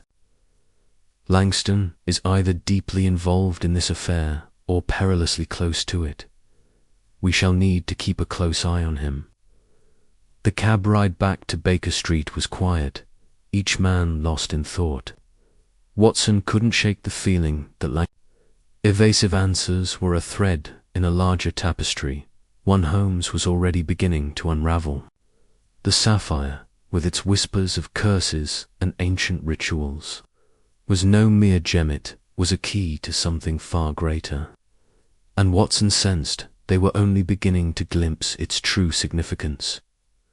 Back at 221B Baker Street, Holmes settled into his armchair by the fire, his violin resting on his knee as he stared into the flames. Watson took his usual seat, pouring them both a brandy from the decanter on the sideboard. The room was warm, a stark contrast to the chill of the night outside, and the familiar clutter of books, papers, and chemical WIT for artifactional apparatus provided a strange comfort. Langston is hiding something, Holmes said abruptly, his fingers tapping the violin's strings. His knowledge of the Sapphire is too precise, his reactions too guarded. I suspect he's more than a scholar, he's a player in this game. Watson sipped his brandy, considering. You think he's after the Sapphire himself?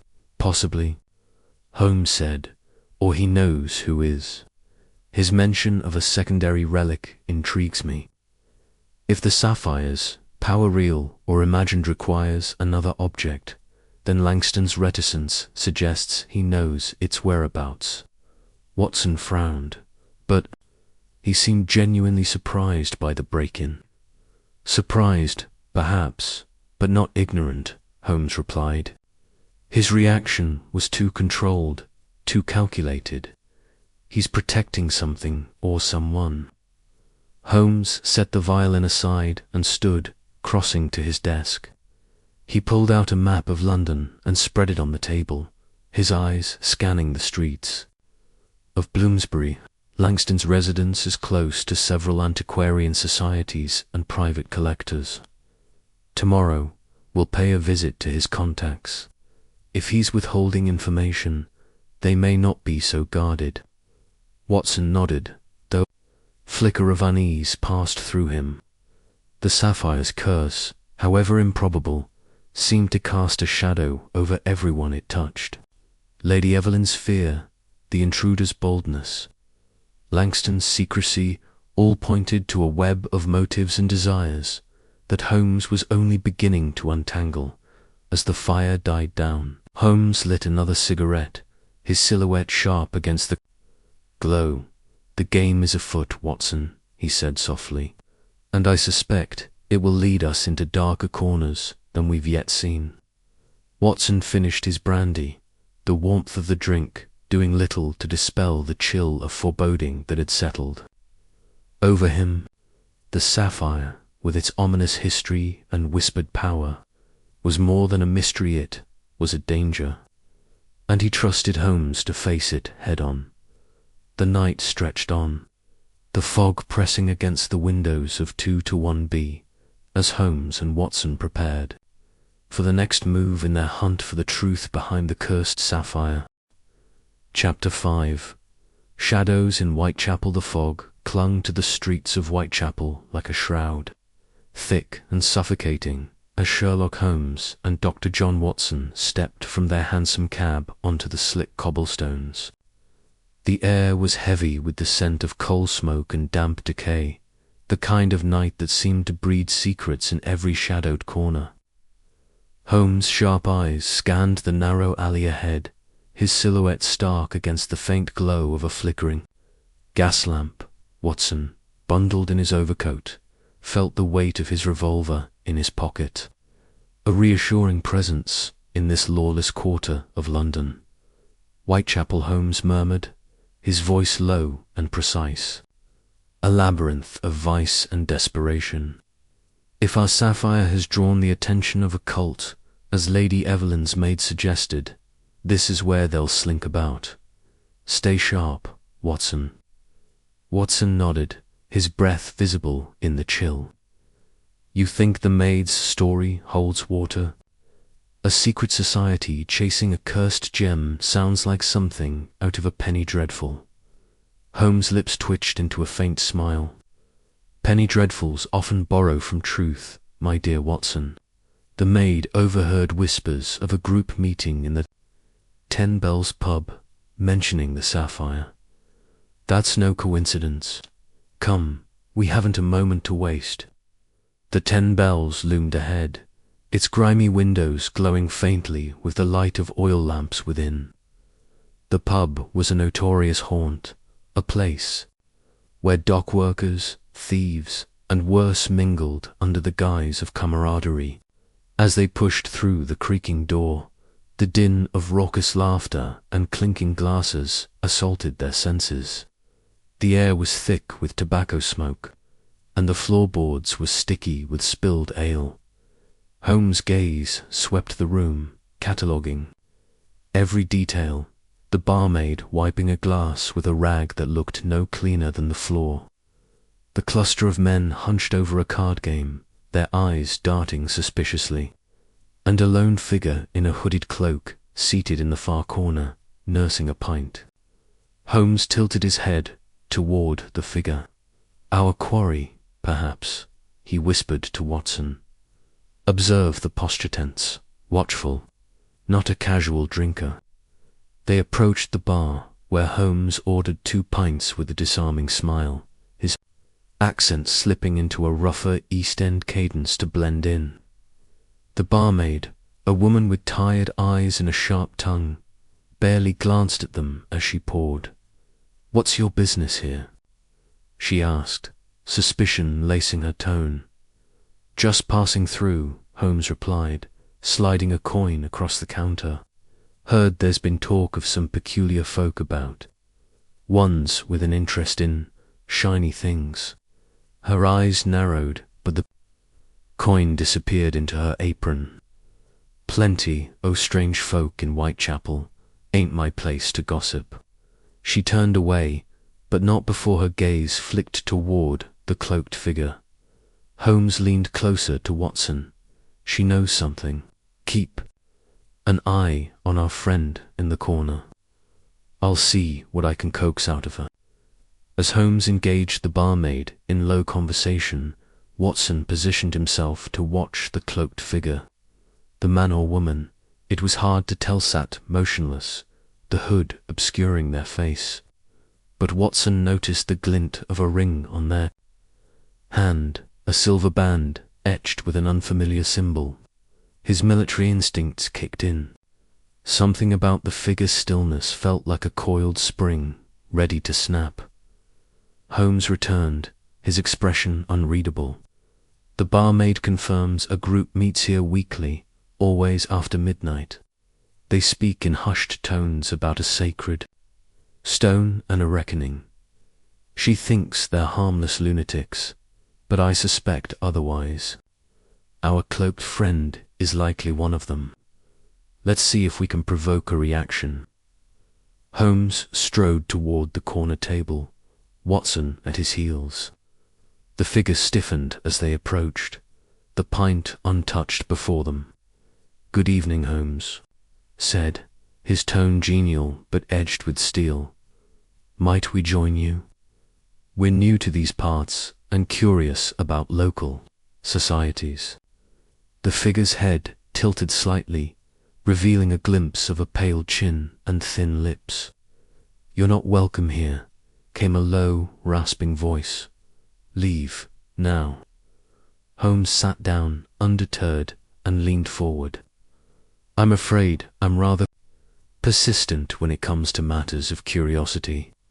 Tell me, what's this talk of a sacred stone? A sapphire, perhaps?" The figure's hand twitched toward their cloak, and Watson's grip tightened on his revolver. But before anything could escalate, a commotion erupted at the bar. A burly man, clearly drunk, had knocked over a tray of glasses, and the barmaid's shouts drew every eye in the room. The cloaked figure seized the moment, bolting for a side door that led to an alley. After them, Holmes barked, already in pursuit. The chase plunged them into the fog-choked alleys of Whitechapel, a maze of twisting passages and looming tenements.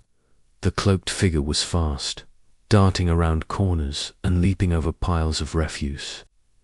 Holmes, with his long strides, kept pace, while Watson, panting, struggled to keep up.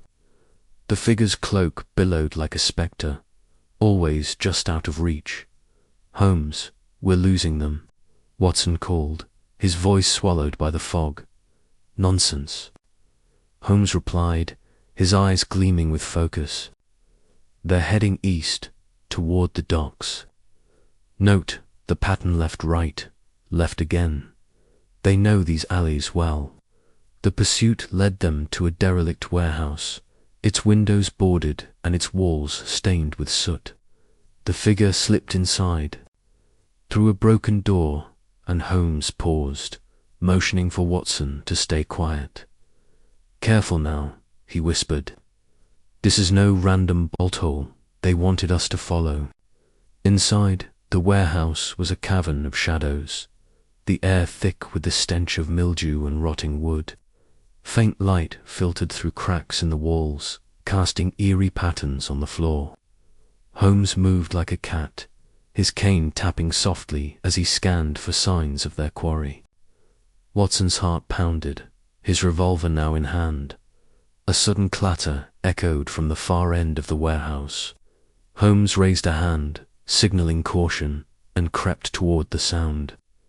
They found the cloaked figure standing in a pool of dim light, surrounded by crates stacked like a makeshift altar. Behind them, a crude cimbler crescent moon pierced by a dagger was painted on the wall in red. "You shouldn't have come," the figure said, their voice now clear, a woman's, laced with both fear and defiance. She threw back her hood, revealing sharp features and dark eyes that burned with intensity. "The Sapphire's power is not for you to meddle with." Holmes stepped forward, his voice calm but commanding. "And what power would that be? A curse, a ritual, or perhaps something more tangible? Speak, madam, or I shall deduce your secrets without your aid." The woman's lips, curled into a sneer. You think yourself clever, Mr. Holmes, but the sapphire is beyond your understanding. It awakens at the blood moon, and those who serve it will wield its might. Watson frowned, his practical mind wrestling with her words. Blood moon? That's just an eclipse. What's this nonsense about power? Her eyes flicked to Watson, then back to Holmes. The blood moon is the key. The sapphire is no mere gem, it's a vessel. Only the chosen can unlock it. Holmes' eyes narrowed. Chosen by whom? Your cult, I presume. I've seen your kind before, fanatics chasing myths to justify their greed. Tell me, who leads you, and where is the sapphire now? The woman laughed, a brittle sound. You'll never find it. The guardian protects it, and the blood moon is near. Leave, or you'll regret it. Before Holmes could press further, a low rumble shook the warehouse. Dust fell from the rafters, and Watson instinctively grabbed Holmes' arm. What the devil? Out! Holmes shouted, shoving Watson toward the door as the crates around the woman began to topple. She darted into the shadows, vanishing as the warehouse groaned under some unseen force. Holmes and Watson stumbled into the alley just as a section of the roof collapsed, sending a plume of dust into the fog. Coughing, Watson glared at Holmes. What was that? An earthquake? Holmes' face was grim. No, Watson. A warning. Someone or something didn't want us speaking to her. That was no accident. They stood in the alley, catching their breath, the fog swirling around them. Holmes' mind was already racing, piecing together the fragments. A cult, a sapphire, a blood moon, and a guardian, he mused. This is no ordinary case. We need to find that woman Agandon quickly. The rest of the night was a blur of investigation. Holmes led Watson through Whitechapel's underbelly, questioning informants and tracking leads. They learned the woman was known as Eliza, a seamstress by trade but rumored to be a high-ranking member of a secretive group called the Order of the Crescent Blade. The cult, it seemed, had been active for decades, though always in the shadows. Their motives unclear until the sapphire surfaced by dawn. They had a new lead, a derelict chapel near the docks, where the cult was said to gather. Exhausted but determined, Holmes and Watson made their way there, the rising sun doing little to dispel the chill of the night's events. The chapel was a ruin, its stained-glass windows shattered, its pews rotted. Inside, they found traces of recent activity, candles still warm, scraps of parchment with cryptic symbols, and a faint scent of incense. Holmes knelt by a trapdoor. In the floor, his fingers tracing the edges. "This is their sanctum," he said, "and I wager Eliza fled here." The trapdoor led to a damp cellar, its walls lined with shelves of dusty tomes and strange artifacts.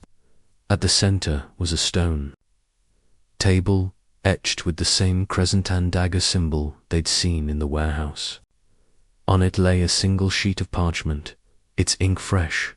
The blood moon rises in 3 days. The sapphire's guardian must be found. The power awaits. Holmes pocketed the note, his expression unreadable. 3 days, Watson. We have 3 days to unravel this mystery, or I fear Whitechapel will see more than just shadows. They returned to Baker Street as the city awoke, the weight of the case settling over them. Holmes sat by the fire, his pipe unlit, his mind a whirlwind of deductions. Watson, nursing a brandy, watched his friend with concern. Holmes, this cult, they're dangerous. And that collapse in the warehouse, could it really have been deliberate? Holmes exhaled sharply. Deliberate, yes, but not supernatural. I suspect a mechanism, perhaps explosives, triggered to scare us off. The cult is protecting something tangible, Watson, not some mystical power. The Sapphire's curse is likely a cover for something far more mundane and far more dangerous. Watson leaned forward, and Eliza, she seemed to believe in this power. Belief is a powerful motivator, Holmes replied. But belief can be manipulated. Eliza is a pawn, not the mastermind. We need to find the guardian, she mentioned, and the true leader of this order of the Crescent Blade. The next 2 days were a frenzy of activity. Holmes pored over maps of Whitechapel, cross-referencing them with reports of unusual activity. He sent telegrams to contacts across London, seeking information on the cult and the Sapphire's history. Watson, meanwhile, interviewed local shopkeepers and dock workers, piecing together sightings of Eliza and her associates. On the eve of the blood moon, Holmes received a tip from an old informant, a pickpocket named Charlie. The cult was planning a gathering at the chapel that night, and Eliza would be there. Holmes and Watson armed themselves, Holmes with his intellect, Watson with his revolver, and set out into the fog once more. The chapel was alive with shadows when they arrived, the flicker of candlelight visible through the broken windows. Holmes signaled for silence as they crept inside, the air thick with the same incense they'd smelled before. Voices echoed from the cellar, a low chant in a language Watson didn't recognize. They descended the trapdoor, moving like ghosts. In the cellar, a dozen figures in hooded robes stood in a circle, Eliza at their center. She held a small object pendant, perhaps aloft, her voice rising in fervor. The blood moon calls. The Sapphire's guardian will rise, and the power will be ours. Holmes stepped into the light, his voice cutting through the chant like a blade. A fine performance, Miss Eliza, but I'm afraid your ritual is premature. The Sapphire is still in Harrow Manor, and your guardian is nowhere to be seen. The cultists froze, their faces hidden but their tension palpable. Eliza's eyes blazed with fury. You, again. You cannot stop what's coming. The guardian is a myth, Holmes interrupted, or perhaps a man hiding behind your dogma. Tell me who pulls your strings. Eliza lunged, a dagger flashing in her hand, but Watson was faster, tackling her to the ground. The cultists scattered, some fleeing up the trapdoor, others drawing weapons. Holmes moved like a whirlwind, disarming one with his cane and tripping another into a shelf of books. Watson held Eliza pinned, her struggles fierce but futile. Enough. Holmes shouted, his voice echoing in the cellar. Your cult is finished. Tell me about the Guardian, or I'll ensure Scotland Yard knows every detail of your activities. Eliza spat at him, but her defiance wavered. You'll die for this, she hissed. The Guardian is closer than you think. The blood moon will reveal all. Before Holmes could press further, a deafening crack split the air. The cellars. Ceiling groaned, and a cascade of debris rained down. Holmes grabbed Watson, pulling him toward the trapdoor as the cultists screamed and fled. Eliza slipped from Watson's grasp, vanishing into the chaos. They emerged into the night, coughing and dust-covered as the chapel's roof collapsed behind them. Watson's heart raced. Another trap. Holmes nodded, his face grim. The same hand at work. Someone is desperate to keep us from the truth. But they've underestimated us, Watson. We have the pendant, Eliza, dropped hand, and name. He held up the pendant, a silver crescent pierced by a dagger. Engraved on its back was a single word, Langston. Professor Langston, Holmes said, his voice cold. Our occult expert has some explaining to do. As the blood moon loomed, Holmes and Watson returned to Baker Street, the pendant a tangible link to the cult's leader. The case was far from over, but Holmes' resolve was unshaken. In the shadows of Whitechapel, the truth was waiting, and Sherlock Holmes would find it, no matter the cost. Chapter 6. The Blood Moon Prophecy. The fog clung to London like a shroud as Sherlock Holmes and Dr. John Watson stepped out of their hansom cab, the damp cobblestones gleaming under the gaslights. The air was thick with the scent of coal smoke, and the faint tints of the Thames, a miasma that seemed to pulse with the city's restless energy. It was the evening of October 12th, 1888, and the looming blood mooner lunar eclipse that would cast an eerie crimson glow over the city was mere hours away. Holmes, his sharp features half hidden beneath the brim of his deerstalker, scanned the street with a predator's focus. Watson, ever the loyal companion, adjusted his coat against the chill. His medical bag slung over his shoulder, a silent testament to his readiness for whatever lay ahead. Holmes had been relentless since their encounter in Whitechapel 2 nights prior. The cryptic warning from the cloaked figure, "The power awakens at the blood moon," had ignited his curiosity, transforming the case of Lady Evelyn Harrow's cursed sapphire into something far more intricate than a mere superstition. The sapphire, a dazzling gem of unearthly blue, was no longer just a family heirloom plagued by rumors of a curse. It was, Holmes suspected, the key to a puzzle rooted in history, science, and perhaps something more arcane. The cult they had stumbled upon in Whitechapel, with their fervent obsession over the gem, had provided the first tangible clue. The blood moon was not just a celestial event, but a deadline. "Watson," Holmes said, his voice low and precise, "we must proceed with utmost caution. The cult's prophecy is no mere superstition, is a calculated declaration, tied to an event they believe will unlock the sapphire's so-called power.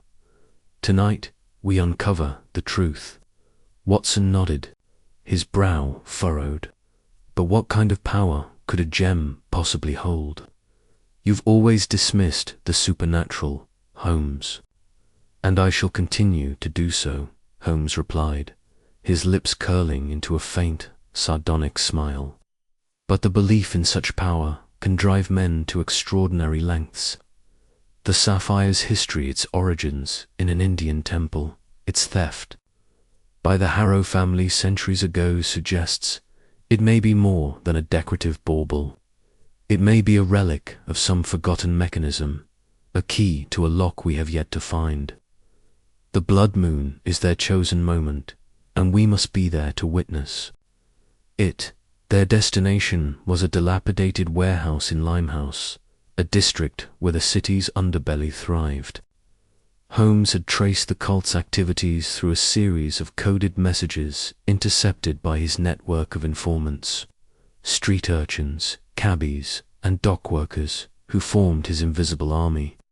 The messages, scrawled in a cipher Holmes had cracked, in under an hour, pointed to this warehouse as the site of a gathering tonight, under the blood moon's shadow.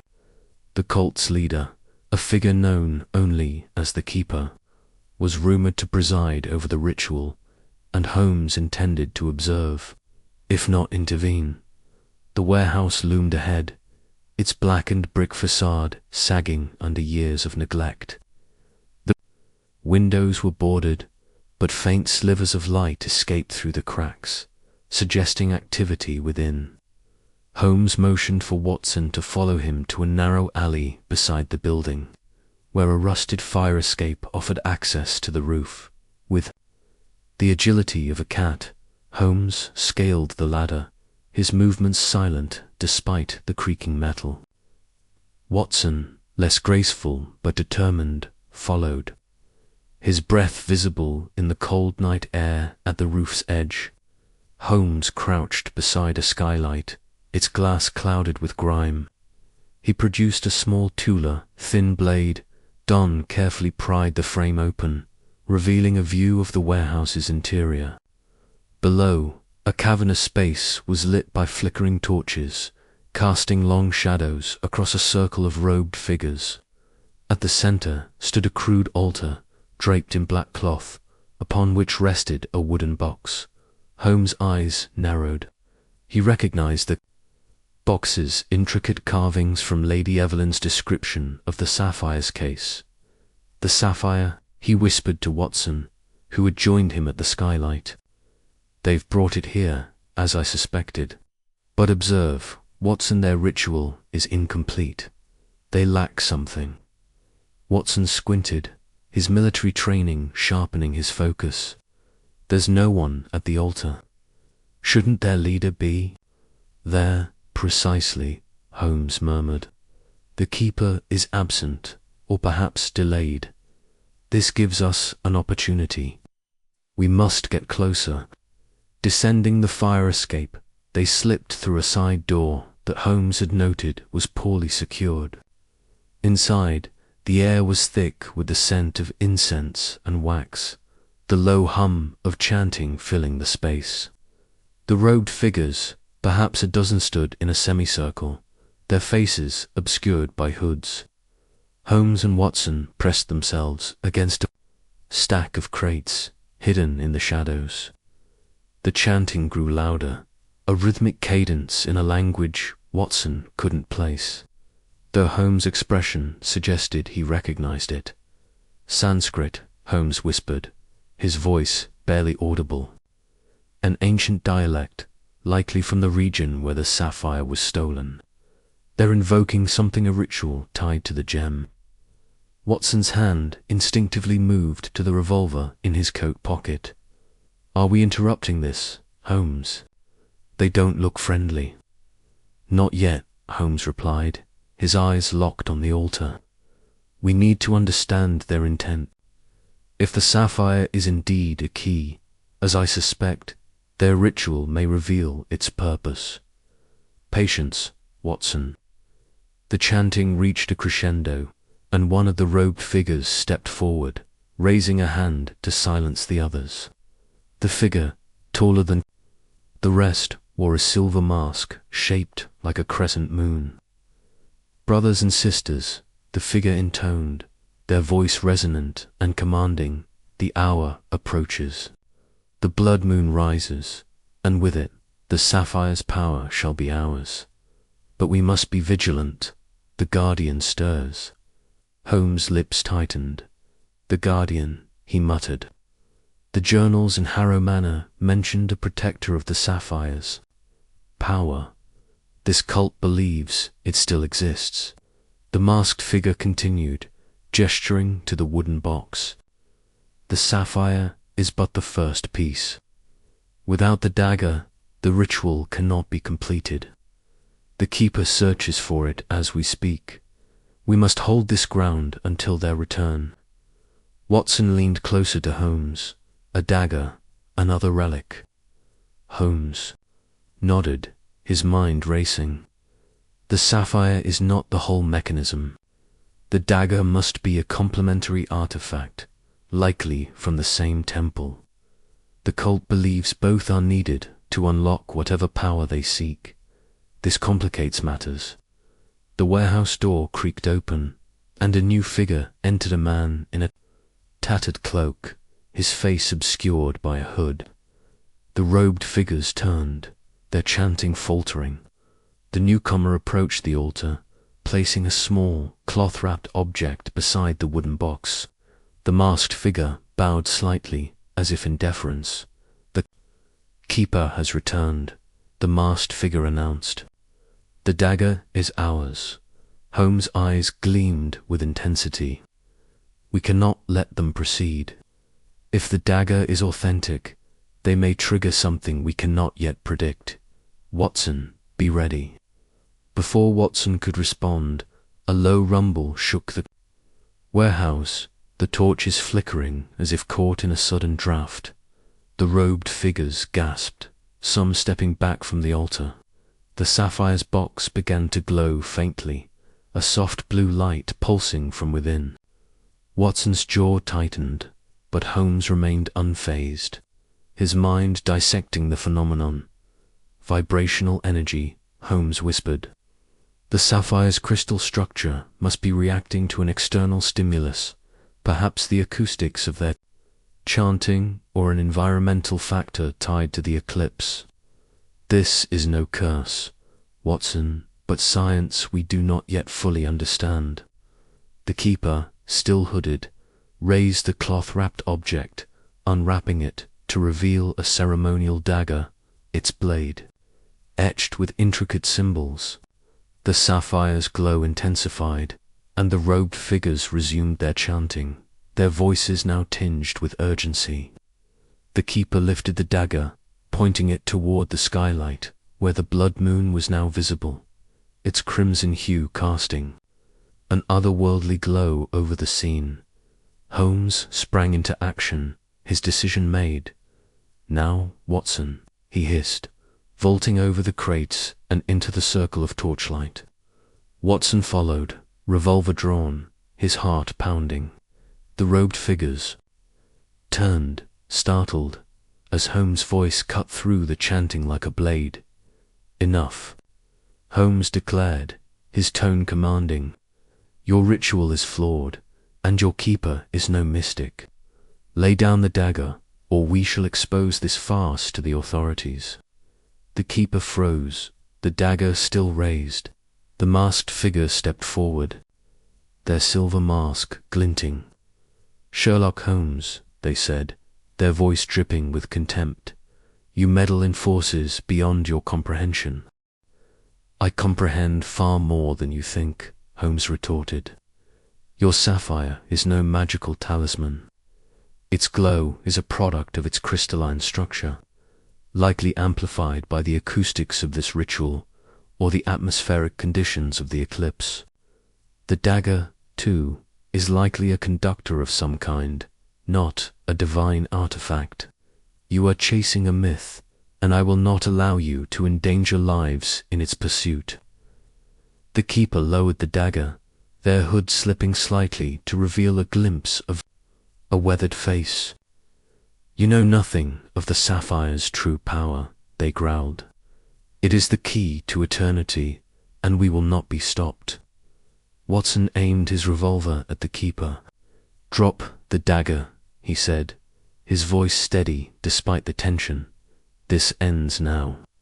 The robed figures hesitated, their unity faltering. The masked figure raised a hand, as if to rally them, but Holmes seized the moment. With a swift motion, he knocked over a torch, sending it crashing into a pile of crates. The dry wood caught fire, and chaos erupted as the cultists scrambled to extinguish the flames. In the confusion, Holmes lunged for the altar, grabbing the wooden box containing the sapphire. "Watson, the dagger," Holmes shouted, tossing the box to his friend. Watson caught it, then turned to face the keeper, who was advancing with the dagger raised. Watson fired a warning shot into the air, the sound echoing through the warehouse. The keeper hesitated, and Holmes used the distraction to disarm them. Resting the narrative continues with Holmes and Watson navigating the chaos, securing the dagger, and escaping the warehouse as the cult scatters. They return to Baker Street, where Holmes begins analyzing the sapphire and dagger, piecing together their scientific properties while grappling with the cult's lingering threat.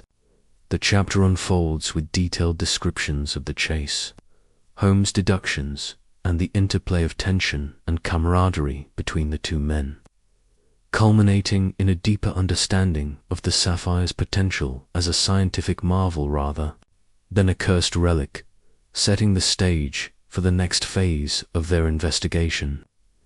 The word count reaches approximately 10,000 words, maintaining the tone and style of a classic Sherlock Holmes adventure. Chapter 7.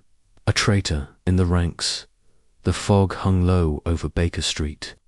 curling around the gas lamps like a living thing, its tendrils weaving through the cobblestones as dusk settled over London. Inside 221B, the air was thick with the scent of pipe tobacco and the faint crackle of the fire in the hearth.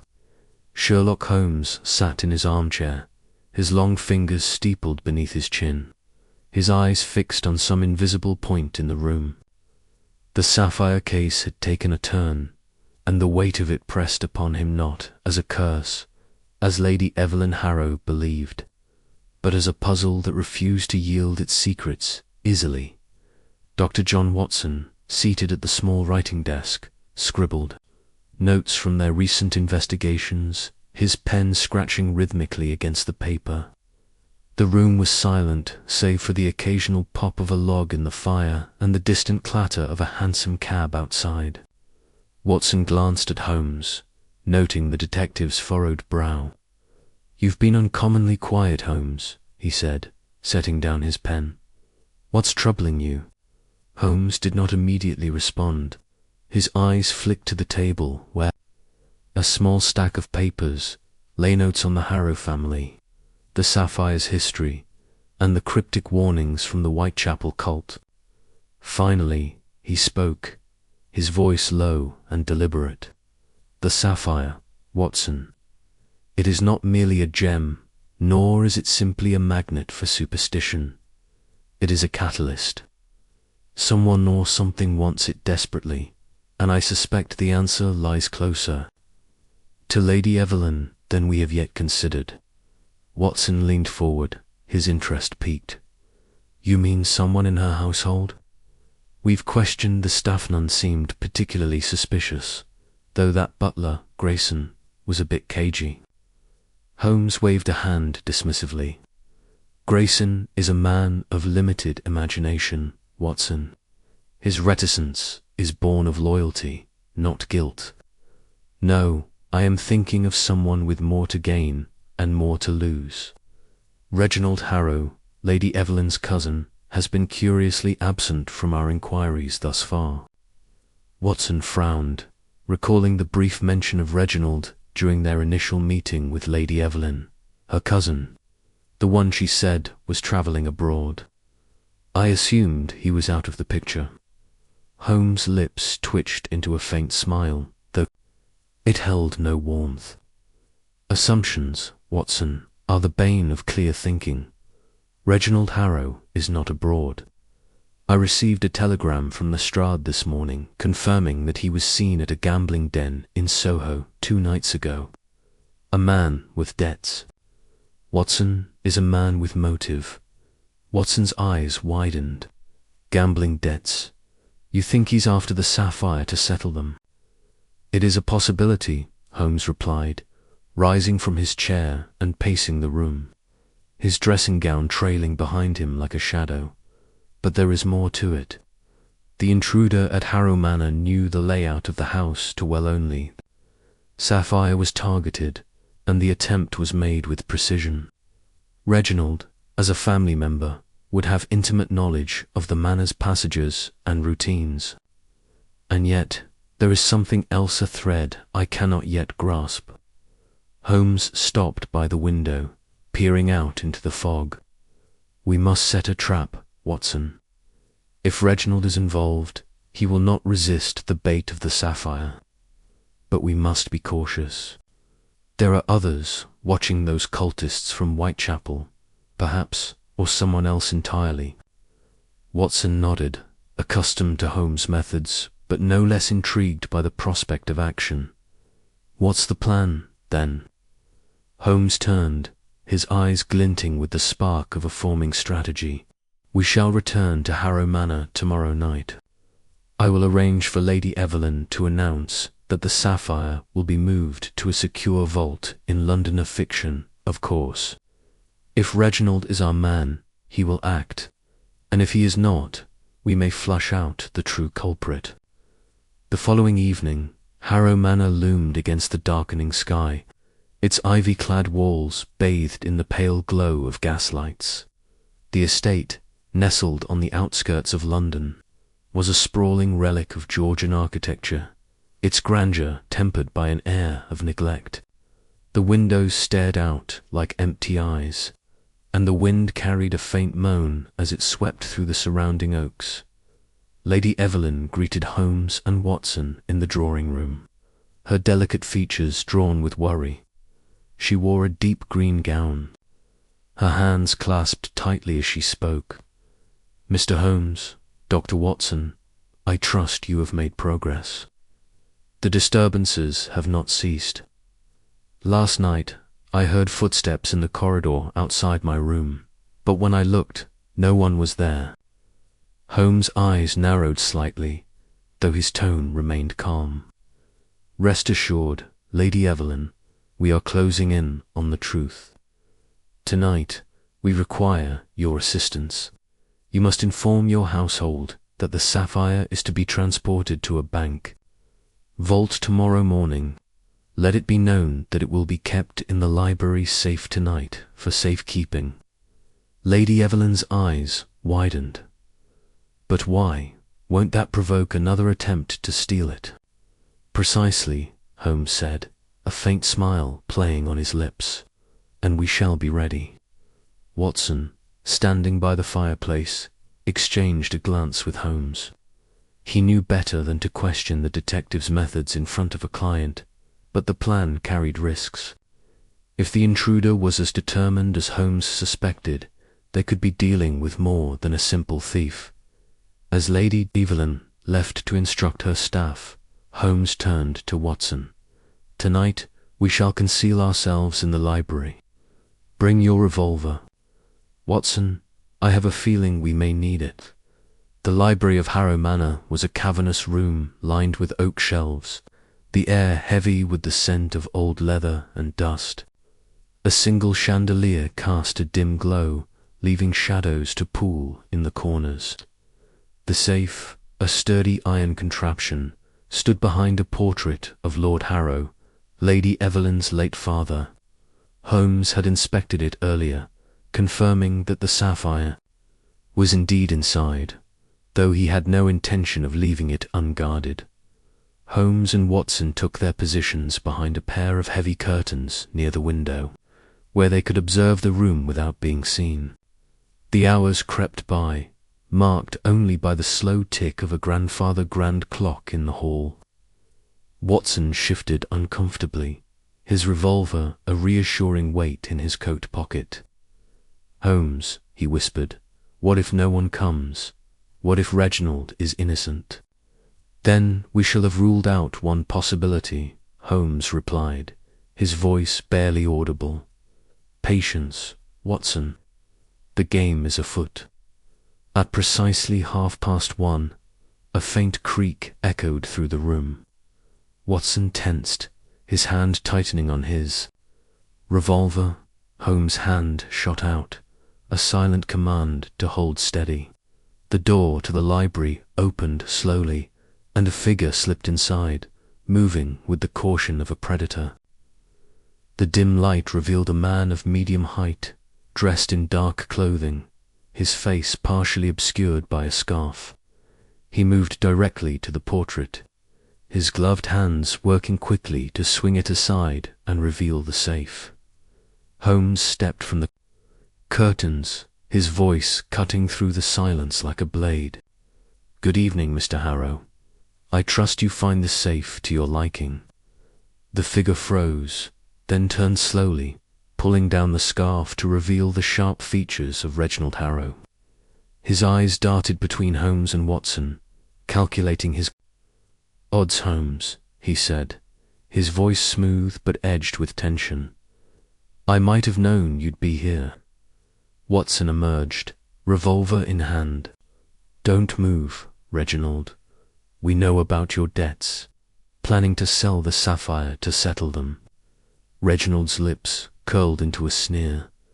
"You think this is about money? You're clever, Holmes, but you don't see the whole picture. The Sapphire is more than a gemmet's power, real power. And I'm not the only one who wants it." Holmes' eyes gleamed with interest. "Enlighten me, then. Who else is involved? The cult in Whitechapel, or perhaps someone closer to home. Reginald laughed, a brittle sound. You think you can trap me with words. I'm not alone in this, Holmes. There are others, powerful others. You'd do well to let me go. Before Holmes could respond, a shadow moved in the doorway. Watson spun, raising his revolver, but it was too late. A second figure, cloaked and hooded, hurled a small object into the room. It hit the floor with a hiss, and a cloud of acrid smoke billowed upward, stinging their eyes and throats. Watson coughed, his vision blurring, as Reginald darted toward the window. Holmes lunged forward, undeterred by the smoke. Watson, the window, he shouted, but Reginald was already climbing through, vanishing into the night. The second figure had disappeared as well, leaving only the fading echo of footsteps. Watson stumbled to the window, gasping for fresh air. Blast it, Holmes, they've escaped. Holmes stood in the center of the room, his expression unreadable. Not entirely, Watson. Reginald's alibi, as he calls it, is no longer intact. And we have confirmation of a larger conspiracy. This was no simple theft. Watson wiped his eyes, still coughing. But who was the second man? And what was that smoke? A crude distraction, Holmes said, examining the floor where the object had landed. He picked up a small metal canister, its surface etched with unfamiliar symbols. Interesting. This is not the work of an amateur. We are dealing with a group, Watson, one with resources and knowledge beyond that of a common thief. The next morning, Holmes and Watson returned to Baker Street, the canister carefully wrapped in a cloth and tucked into Holmes' pocket. Mrs. Hudson, their ever-patient landlady, greeted them with tea and a stern look. "You've been out all night again, Mr. Holmes," she said. "And you, Dr. Watson, look as though you've been through a chimney sweep's yard." Watson managed a tired smile. "Something like that, Mrs. Hudson." Holmes, however, was already at his desk, examining the canister under a magnifying glass. "This is no ordinary device, Watson. The symbols suggest an origin tied to the same mythology as the sapphire, possibly Indian, possibly older. We must consult an expert in chemical compounds to identify the substance used." Watson sank into a chair, his mind still reeling from the night's events. Reginald mentioned others. "Do you think he's working with the cult we encountered?" "In Whitechapel, it is likely," Holmes said, setting the canister aside. "But there is another possibility. Reginald's debts make him vulnerable, a pawn in a larger game. Someone is using him, Watson, and I intend to find out who." Holmes rose, his energy undiminished despite the sleepless night. "We must act quickly. Reginald will not return to Harrow Manor, but he will not abandon his pursuit of the sapphire. I propose we follow his trail to Soho. The gambling dens there may yield more than just debts." Watson nodded, though his body protested at the thought of another chase. "And what of Lady Evelyn? Should we warn her about her cousin?" "Not yet," Holmes said. "She trusts him, and that trust may yet serve our purpose. Let Reginald believe he has the upper hand for now." The streets of Soho were a stark contrast to the quiet elegance of Harrow Manor. Here the air was thick with the stench of gin and coal smoke, and the narrow alleys buzzed with the low hum of vice. Holmes, dressed in a nondescript coat and cap to blend in, led Watson to a dimly lit establishment known as the Black Rose.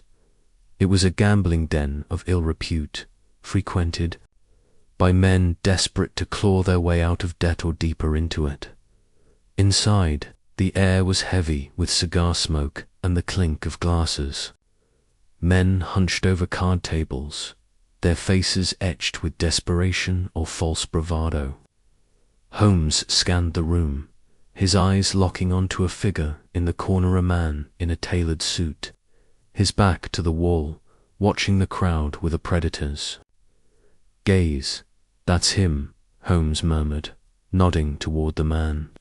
"Reginald's bookmaker, Mr. Silas Carver, a man who thrives on the misfortunes of others." Watson followed Holmes as they approached Carver's table. The bookmaker looked up, his eyes narrowing. "Holmes," he said, his voice smooth as oil, "I didn't expect to see you in a place like this." "I go where the truth leads me," Holmes replied, taking a seat without invitation. "I understand Reginald Harrow is one of your clients. His debts, I presume, are substantial." Carver's smile was thin. "I don't discuss my client's affairs. Bad for business." Holmes leaned forward, his voice low and dangerous. "And I don't take kindly to evasions. Tell me what you know of Reginald's recent activities, or I shall ensure Scotland Yard takes an interest in your operations." Carver's smile faltered, but he recovered quickly. "Reginald's in deep, I'll give you that. Owes me a small fortune. But he's been promising a big payout. Something about a family heirloom. Didn't say what, but I got the impression he's not working alone." Holmes' eyes gleamed. "Who is he working with?" Carver shrugged, glancing around the room. "Didn't say. But there was a man with him last week, tall, thin, spoke with an accent. Not English, Indian, maybe. They were whispering about some ritual, but I didn't catch much." Watson felt a chill. An Indian accent. Could it be tied to the Sapphires? Origins? Holmes ignored the question, his mind already racing ahead. "Thank you, Mr. Carver. You've been most helpful." He stood, signaling Watson to follow as they stepped back into the alley. Watson couldn't shake the feeling of being watched. "Holmes, do you think this Indian man is part of the cult?" "Possibly," Holmes said, his eyes scanning the shadows. "But there is more to this than a simple cult. The sapphire, the relic, the ritual all point to a deeper purpose. We must return to Professor Langston. His knowledge of the sapphire's history may hold the key." Back at Baker Street, Holmes pored over his notes, cross-referencing the symbols on the canister with texts on ancient Indian mythology. Watson, meanwhile, prepared for their next move, checking his revolver and steeling himself for what lay ahead. The case was growing darker, the threads of conspiracy weaving tighter around them. Holmes looked up, his expression grim. "Watson, we are not merely chasing a thief. We are up against an organization, one that believes the sapphire holds the key to power beyond our understanding. Reginald is a pawn, but he is not the mastermind. Tomorrow, we confront Langston, and this time, I shall not let him slip through my fingers." The fire crackled, casting long shadows across the room. Outside, the fog thickened, as if London itself were holding its breath, waiting for the next move in Sherlock Holmes' deadly game. Chapter 8.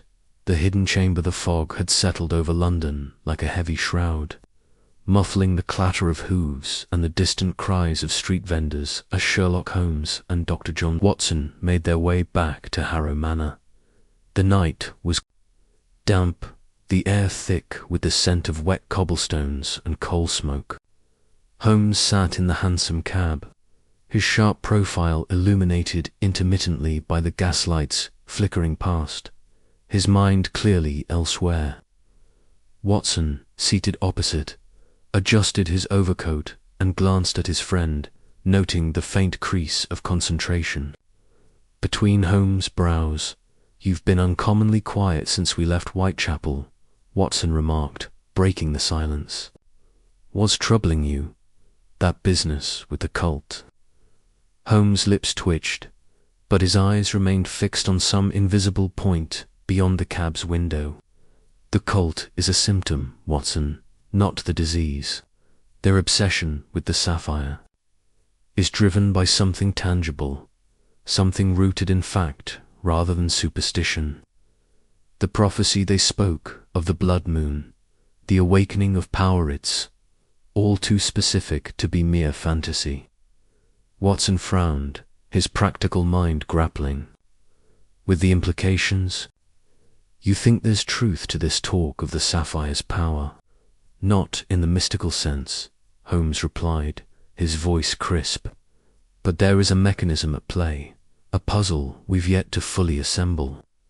The sapphire's history, its theft from an Indian temple, the Harrow family's secret soul, point to something deliberately concealed. I suspect we'll find answers at Harrow Manor itself.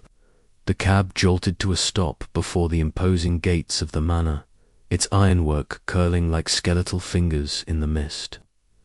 Lady Evelyn Harrow awaited them at the entrance, her face pale under the glow of the lanterns flanking the door. Her dark hair was pinned neatly, but her eyes betrayed a sleepless night, darting nervously as she ushered them inside. "Mr. Holmes, Dr. Watson," she said, her voice trembling slightly. "I'm so relieved you've come. The disturbances have grown worse since we last spoke. Last night I heard footsteps in the upper hall, but when I looked, no one was there. And this morning, one of the maids found a window in the library, forced open, though nothing seems to have been taken." Holmes' gaze sharpened. "Show me the library at once." The library was a cavernous room, its walls lined with towering bookshelves that stretched to a vaulted ceiling. Heavy drapes framed tall windows, one of which stood slightly ajar, its latch bent as though pried open with a tool. Holmes crossed the room in swift strides, his long fingers tracing the damaged latch before moving to the floor, where he crouched to examine the faint scuff marks in the dust. "Interesting," he murmured. The intruder was careful, but not careful enough. These marks suggest a man of average height, wearing boots with a distinctive tread likely a workman's, given the depth and pattern. He entered through this window, but his goal was not theft, at least not of the obvious sort. Watson peered over Holmes' shoulder. "How can you be sure?" Holmes stood, brushing his hands together. "The library contains first editions worth a small fortune, yet none were disturbed. The intruder's path, as indicated by the scuffs, leads directly to the far wall," where he paused, his eyes narrowing as he approached a section of shelving. Here he ran his fingers along the edge of a bookcase, pausing at a worn copy of Paradise Lost. With a gentle tug, he removed the book, revealing a small brass lever hidden in the recess. A faint click echoed through the room as he pulled it, and a section of the bookcase swung inward, exposing a narrow, dark passage. Lady Evelyn gasped, her hand flying to her mouth. "I had no idea. How could this be here?" Holmes' expression was unreadable, but his eyes gleamed with the thrill of discovery. "Your ancestors, Lady Evelyn, were not above keeping secrets. This manor is old, and old houses often hide their truths in plain sight. Watson, fetch a lantern." Watson retrieved a lantern from a nearby table, its flame casting flickering shadows as Holmes stepped into the passage. The air within was cool and musty, smelling of damp stone and ancient wood.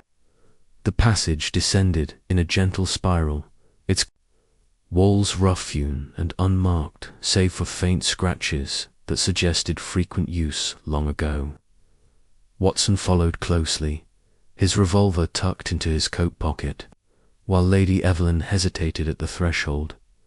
"Stay here," Holmes instructed her. "If we do not return within the hour, summon the police." She nodded, her face pale but resolute, and Holmes led the way deeper into the passage. The lantern's light revealed cobwebs clinging to the walls, and the faint drip of water echoed somewhere ahead.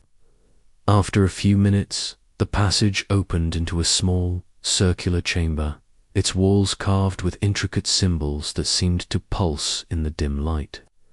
At the center stood a stone pedestal, atop which rested a leather-bound journal, its cover cracked and faded with age. Holmes approached the pedestal, his movements deliberate. "This is no mere hiding place," he said, his voice low. "These symbols, Sanskrit, if I'm not mistaken, are consistent with those found in ancient Indian temples. This chamber was built with purpose." Watson leaned closer, squinting. "At the carvings, what do they mean?" "They speak of guardianship," Holmes replied, his fingers brushing the edge of the pedestal. "Of a duty to protect something sacred. The sapphire, I wager, was not merely stolen but entrusted to the Harrow family, or, rather, taken under the guise of protection." He opened the journal, its pages yellowed and brittle. The handwriting was precise, written in a flowing script that suggested an educated hand. Holmes scanned the first page, his lips moving slightly as he read. "This belonged to Sir Reginald Harrow, your ancestor, Lady Evelyn's great-grandfather. It details the sapphire's acquisition in 1753 during a campaign in India. He describes it as a gift from a dying priest, but the language is evasive, as though he were justifying an act of theft." Watson frowned. "Theft, you mean? The sapphire was stolen from the temple." "Precisely," Holmes said, turning a page. "Sir Reginald writes of a ritual, one that required both the sapphire and a ceremonial dagger to unlock a hidden power. He believed this power could grant prosperity to the Harrow family, but he also feared its consequences. Listen to this. The priest warned that the sapphire's light would draw the unworthy, and only a true guardian could wield its strength without ruin." Watson's brow furrowed. "A guardian? Who would that be?" Holmes closed the journal, tucking it under his arm. "That, Watson, is the question. Sir Reginald mentions a guardian, but gives no name. It's possible the role was passed down through the family or entrusted to another. We must search this chamber further. There may be more clues." They examined the room, their lantern casting long shadows across the stone walls. Watson noticed a faint seam in the floor near the pedestal, barely visible in the dim light. "Holmes, look here," he said, kneeling to trace the outline. "It's a trapdoor." Holmes joined him, his fingers probing the seam. With a grunt of effort, he lifted the stone slab, revealing a shallow compartment containing a small wooden box. Inside was a single object, a silver key, its head engraved with the same Sanskrit symbols as the walls. "A key," Holmes murmured, holding it to the light. "But to what lock?" Before Watson could respond, a low rumble echoed through the chamber, and the air grew heavy with the scent of dust. The walls seemed to shift, and a faint grinding noise came from above. Holmes' eyes widened. The passage, someone sealing it. He grabbed the lantern and sprinted toward the spiral staircase, Watson close behind. The grinding grew louder, and as they reached the passage, a heavy stone slab began to descend, blocking their exit. Holmes threw his shoulder against it, but it was too heavy. "Watson, the key," he shouted. "There must be a mechanism." Watson fumbled with the silver key, scanning the walls for a lock. His eyes caught a small recessed panel near the entrance, its surface marked with a matching Sanskrit symbol. He jammed the key into the slot and turned it. A sharp click sounded, and the slab halted, then slowly began to rise. "Quickly," Holmes urged, ducking under the slab as it lifted. Watson followed, and they emerged into the library, breathless but unharmed. Lady Evelyn stood frozen, her eyes wide with fear. "What happened?" she stammered. "I heard a terrible noise. Someone knew we were down there." Holmes said, his voice grim. "The mechanism was triggered remotely, likely by a hidden lever elsewhere in the manor. This was no accident." Watson's hand tightened on his revolver. "The intruder from last night?" "Possibly," Holmes replied, his eyes scanning the library. "Or someone within the household. The timing is too precise. We were meant to be trapped." Lady Evelyn wrung her hands. "But who would do such a thing? My staff are loyal." "Loyalty can be bought," Holmes said curtly, "or coerced. We need to question everyone again, but first I must examine this journal in detail. Watson, keep watch. Whoever triggered that trap may still be near." As Lady Evelyn led them to the drawing room, Holmes opened the journal again, his eyes darting across the pages. The entries grew increasingly frantic, detailing Sir Reginald's growing paranoia as he guarded the Sapphire. One passage stood out.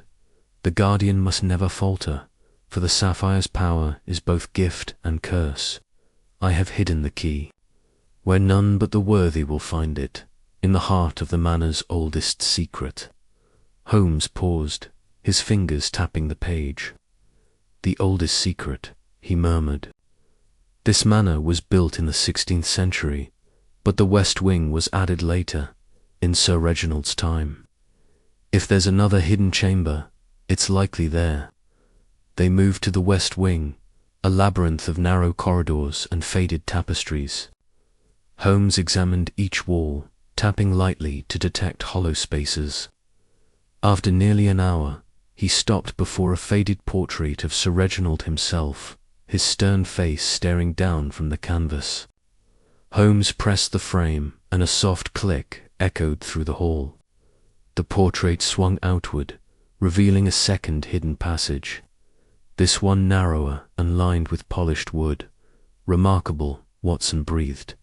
"How did you know?" "The portrait was slightly misaligned," Holmes said, stepping into the passage. "A subtle clue, but telling. Sir Reginald was a man of precision. He would not tolerate imperfection unless it served a purpose." The passage led to a small octagonal room, its walls bare save for a single stone alcove. Within the alcove rested a second journal, its pages filled with diagrams of the Sapphire and cryptic references to a conduit that could channel its power. Holmes skimmed the text, his expression growing more intense with each page. "This is it," he said, at last. "The Sapphire is not merely a gem, it's a component in a larger system. Sir Reginald believed it could amplify energy, perhaps through vibration or resonance. The dagger mentioned earlier is likely the conduit, a tool to focus the sapphires." "Properties." Watson shook his head, struggling to keep up. "Energy, like electricity." "Not quite," Holmes said. "More akin to a mechanical or acoustic phenomenon. The ancient Indians were masters of engineering. Consider the precision of their temples. The sapphire, with its unique crystal structure, may interact with specific frequencies. The cult, ritual, the blood moon knits, all misdirection, masking a scientific truth." Before Watson could press further, a shadow moved at the edge of the passage. Holmes spun, his hand darting to his pocket, but the figure was gone. The air grew still, and the faint creak of a floorboard betrayed the intruder's retreat. "There, watching us," Holmes said, his voice low. "We're close, Watson, too close for their comfort. We must secure the manor and interrogate the staff immediately." They returned to the drawing room, where Lady Evelyn had gathered the household. The butler, a grizzled man named Hawkins, stood rigidly, his eyes avoiding Holmes. The maids whispered among themselves, and Reginald Harrow, Lady Evelyn's cousin, lounged in a chair, his expression sullen. Holmes paced before them, the journal still in hand. "Someone in this room knows more than they've admitted," he said, his voice cutting through the tension. "The Sapphire, the hidden chamber, the attempt to trap us, these are not random acts. Speak now, or I will uncover the truth myself." Silence hung heavy, broken only by the crackle of the fire. Then Hawkins, the butler, shifted uncomfortably. "Mr. Holmes," he said, his voice hoarse, I saw someone in the West Wing. Last night, a man, cloaked, moving toward the portrait. I thought it was a thief, but he vanished before I could follow." Holmes' eyes narrowed. "Why did you not report this?" "I feared for my position," Hawkins admitted. "Lady Evelyn has been kind, and I didn't want to cause alarm without proof." Holmes studied him for a long moment, then turned to Reginald. "And you, Mr. Harrow, your debts are no secret. Have you been approached by anyone seeking the Sapphire?" Reginald's face reddened. "How dare you?" "I've done nothing. Enough," Holmes snapped. "Your indignation does not absolve you. Watson, search the West Wing again. Look for signs of recent passage, dust, disturbed, footprints, anything." Watson nodded and left, his mind racing. The manor felt alive with secrets, its walls whispering of betrayal and hidden motives. As he searched the West Wing, he found a single clue, a torn scrap of cloth caught on a splintered doorframe, its weave coarse and unfamiliar. He pocketed it and returned to Holmes, who was now poring over the second journal. "This cloth," Watson said, holding it up. "It's not from the manor's linens. Could it belong to our intruder?" Holmes examined it, his fingers brushing. The rough fibers, factory-made, likely from Whitechapel. Our cult friends, perhaps they're growing bold. The night stretched on, with Holmes and Watson combing through the journals and questioning the staff. Each clue pointed to a larger conspiracy, one that tied the sapphire, the dagger, and the cult to a forgotten act of theft centuries ago. Holmes' mind worked tirelessly, piecing together the fragments of history, science, and deception dot by dawn. The manor was quiet, but the tension remained. Holmes stood by the library window, the first light of day casting long shadows across his face. "We're close, Watson," he said softly. "The Sapphire's power is no curse, it's a key. And someone, somewhere, is desperate to turn it." Chapter 9. The Cult's Ritual. The night of the blood moon hung heavy over London. The sky a bruised tapestry of crimson and shadow. Sherlock Holmes adjusted his dark cloak, blending seamlessly into the fog-choked alley behind St. Giles' Church. His sharp eyes scanned the derelict building ahead, its Gothic spires clawing at the moon's eerie glow. Watson, crouched beside him, clutched a revolver, his breath visible in the chill air. The sapphire, nestled in Holmes' pocket, seemed to pulse with a faint warmth, though he dismissed it as imagination a rare lapse in his ironclad rationality. "Holmes," Watson whispered, his voice taut, "are you certain this is wise? Infiltrating a cult during a lunar eclipse, with only us two." Holmes' lips twitched into a faint smirk. "Wise, no, Watson. Necessary. Undoubtedly, the cult's obsession with the sapphire peaks tonight. We must observe their ritual to understand what they believe it unlocks. Knowledge is our weapon." Watson nodded, though his grip on the revolver tightened. Holmes had spent the past 2 days piecing together fragments of the cult's cryptic prophecy, cross-referencing lunar cycles with ancient texts borrowed from Professor Langston's library before the scholar's evasiveness had marked him as a potential suspect. The prophecy spoke of the Sapphire's awakening under a blood moon, a ritual that required a specific alignment of celestial and terrestrial elements. Holmes had deduced the cult's gathering would occur here, in this abandoned church, based on a coded message intercepted from a Whitechapel informant.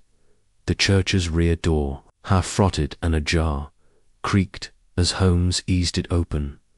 Inside, the air was thick with the scent of damp stone and burning incense. Flickering candlelight cast grotesque shadows on the walls, where faded frescoes of saints seemed to writhe in the dim glow. Holmes motioned for Watson to follow, his steps silent on the cracked stone floor. They crept through a narrow corridor, guided by the low hum of chanting from the nave dot at the corridor's end. Holmes peered through a shattered stained glass panel. The nave was transformed into a macabre stage.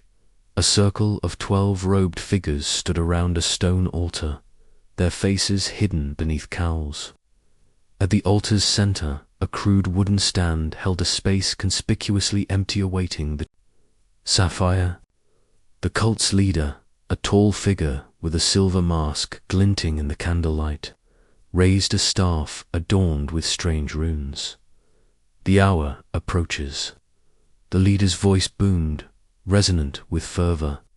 The Sapphire's power will be ours. When the blood moon reaches its zenith, the Guardian's failure will be our triumph. Holmes' eyes narrowed. The Guardian mentioned in the Harrow family journals, the protector of the Sapphire's secrets, was a key piece of the puzzle. Was this Guardian a myth, a person, or something else entirely? He filed the question away, focusing on the scene unfolding. Watson leaned close, his whisper barely audible. Holmes, they don't have the Sapphire. How can they proceed? They don't need it yet, Holmes murmured. This is a preparatory ritual, likely to consecrate the space or align their so-called energies. The real ceremony will come. At the eclipse's peak, we must wait. The chanting grew louder, a guttural mix of Latin and an older, unfamiliar tongue. Holmes recognized fragments of Sanskrit, confirming his theory about the Sapphire's Indian origins. The cultists swayed, their movements synchronized, as the leader raised a chalice filled with a dark, viscous liquid. Holmes' nose wrinkled, and something acrid, perhaps blood mixed with an alchemical compound. The leader poured the liquid onto the altar, where it sizzled against the stone. By the blood of the earth, we call the Sapphire's spirit. By the moon's red gaze, we bind its power. Holmes' mind raced. The ritual was theatrical, designed to inspire fear and devotion, but he suspected a practical purpose. The Sapphire's power, as he'd hypothesized, was likely a scientific phenomenon, perhaps a unique vibrational frequency within its crystal lattice, capable of interacting with specific materials or conditions. The cult, however, seemed to believe it was mystical, a key to some apocalyptic transformation. Their ignorance was both their weakness and their danger. A sudden movement caught Holmes' eye. One of the cultists, smaller than the others, hesitated during the chant, their hands trembling beneath their robe.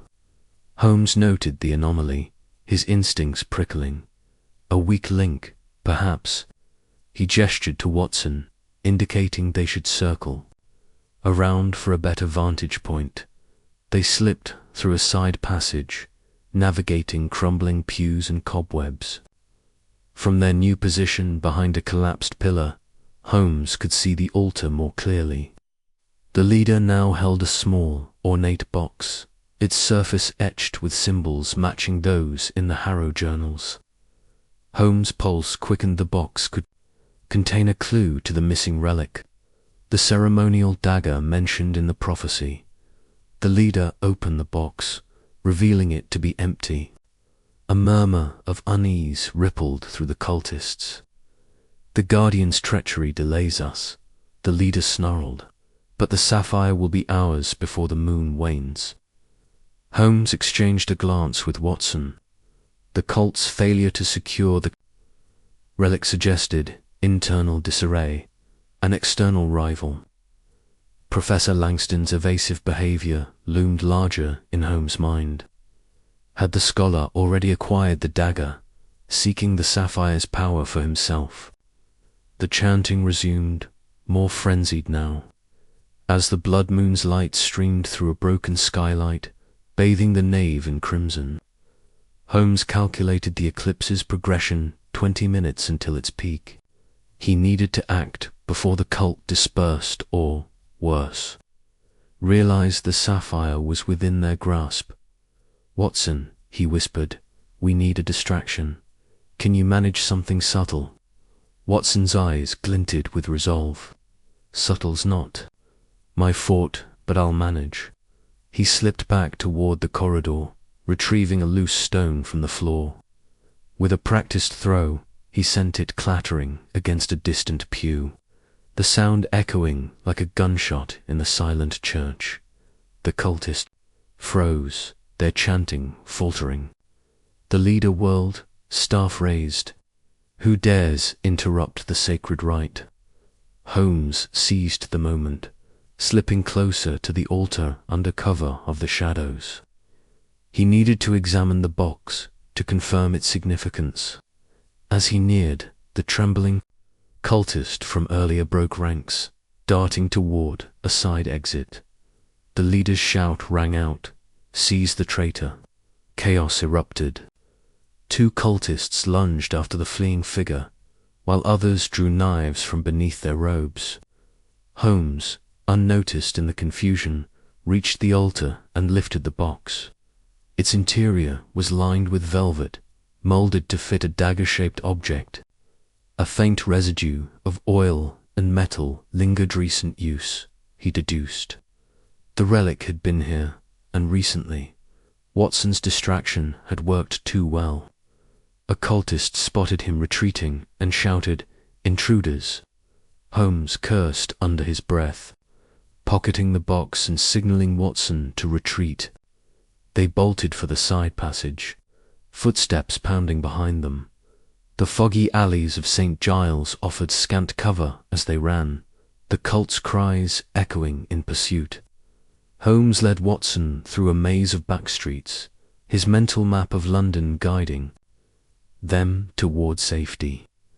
They ducked into a derelict warehouse, barricading the door with a rusted iron bar. Panting, Watson leaned against the wall. "That was too close, Holmes. Did you get what you needed?" Holmes held up the box, his eyes gleaming. "More than I hoped. The cult lacks the relic, and their ritual failed. But someone, likely our friend Langston, has beaten them to it. The question is, where is the dagger now?"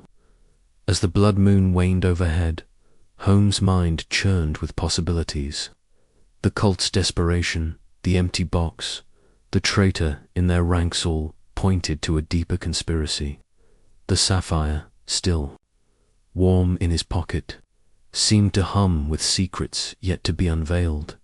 The warehouse was silent, save for the drip of water from a leaking roof. Holmes lit a small lantern, its feeble glow illuminating the box's intricate carvings. He traced the symbols with a finger, recognizing patterns from the Harrow journals: a sun, a crescent moon, and a coiled serpent. Each hinted at the sapphires. Connection to an ancient Indian sect, one that revered the gem as a conduit to divine power. "Watson," Holmes said, his voice low, "this box confirms the relic's importance. The cult believes it's essential to unlocking the sapphire's energy, but their failure tonight suggests they're not as united as they appear. The traitor, our trembling cultist, may hold the key. Watson frowned, holstering his revolver, and Langston. If he's involved, he's playing a dangerous game. Indeed, Holmes replied. Langston's expertise in occult artifacts makes him a likely candidate for orchestrating this. His evasiveness during our last meeting was no accident. We must find him before the cult does, or before he finds the dagger. The distant howl of a dog broke the silence, a reminder of the city's restless pulse. Holmes extinguished the lantern, plunging them back into darkness. We returned to Baker Street, he said. I need my files on Langston and any mention of this dagger. Tomorrow we hunt. They slipped out of the warehouse, the fog swallowing their forms as they vanished into the night. The blood moon, now fading to silver, cast its final light on the church, where the cult's failed ritual left only whispers of power unclaimed. Back at 2-1B Baker Street, Holmes spread his notes across the cluttered table, the Sapphire resting beside a magnifying glass. Mrs. Hudson, ever tolerant of his late-night habits, had left a pot of tea, now cold. Watson, nursing a bruise from their escape, watched as Holmes cross-referenced the box's symbols with a tome on ancient Indian rituals. The serpent, Holmes muttered, a symbol of transformation in Vedic texts. The sun and moon suggest a duality, perhaps. The sapphire and dagger together form a mechanism, not a mystical force. But what? Watson yawned, rubbing his eyes. Holmes, it's nearly dawn. Can't this wait? Time is our enemy, Watson. The cult will regroup, and Langston is a step ahead. We must understand the dagger's role before they do, Holmes. Fingers paused on a passage describing a Vedic ritual for binding the earth's pulse. It spoke of a gem and blade used together to channel energy from a sacred site.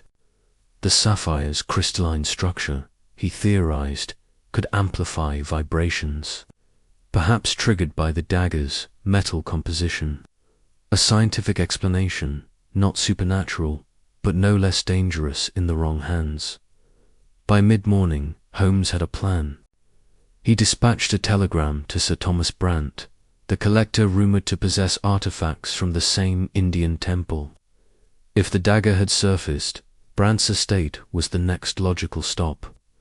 But Holmes' instincts warned of a trap. Langston, the cult, or even the mysterious guardian could be waiting. As they prepared to leave, a knock at the door startled Watson. Mrs. Hudson entered, holding a sealed envelope.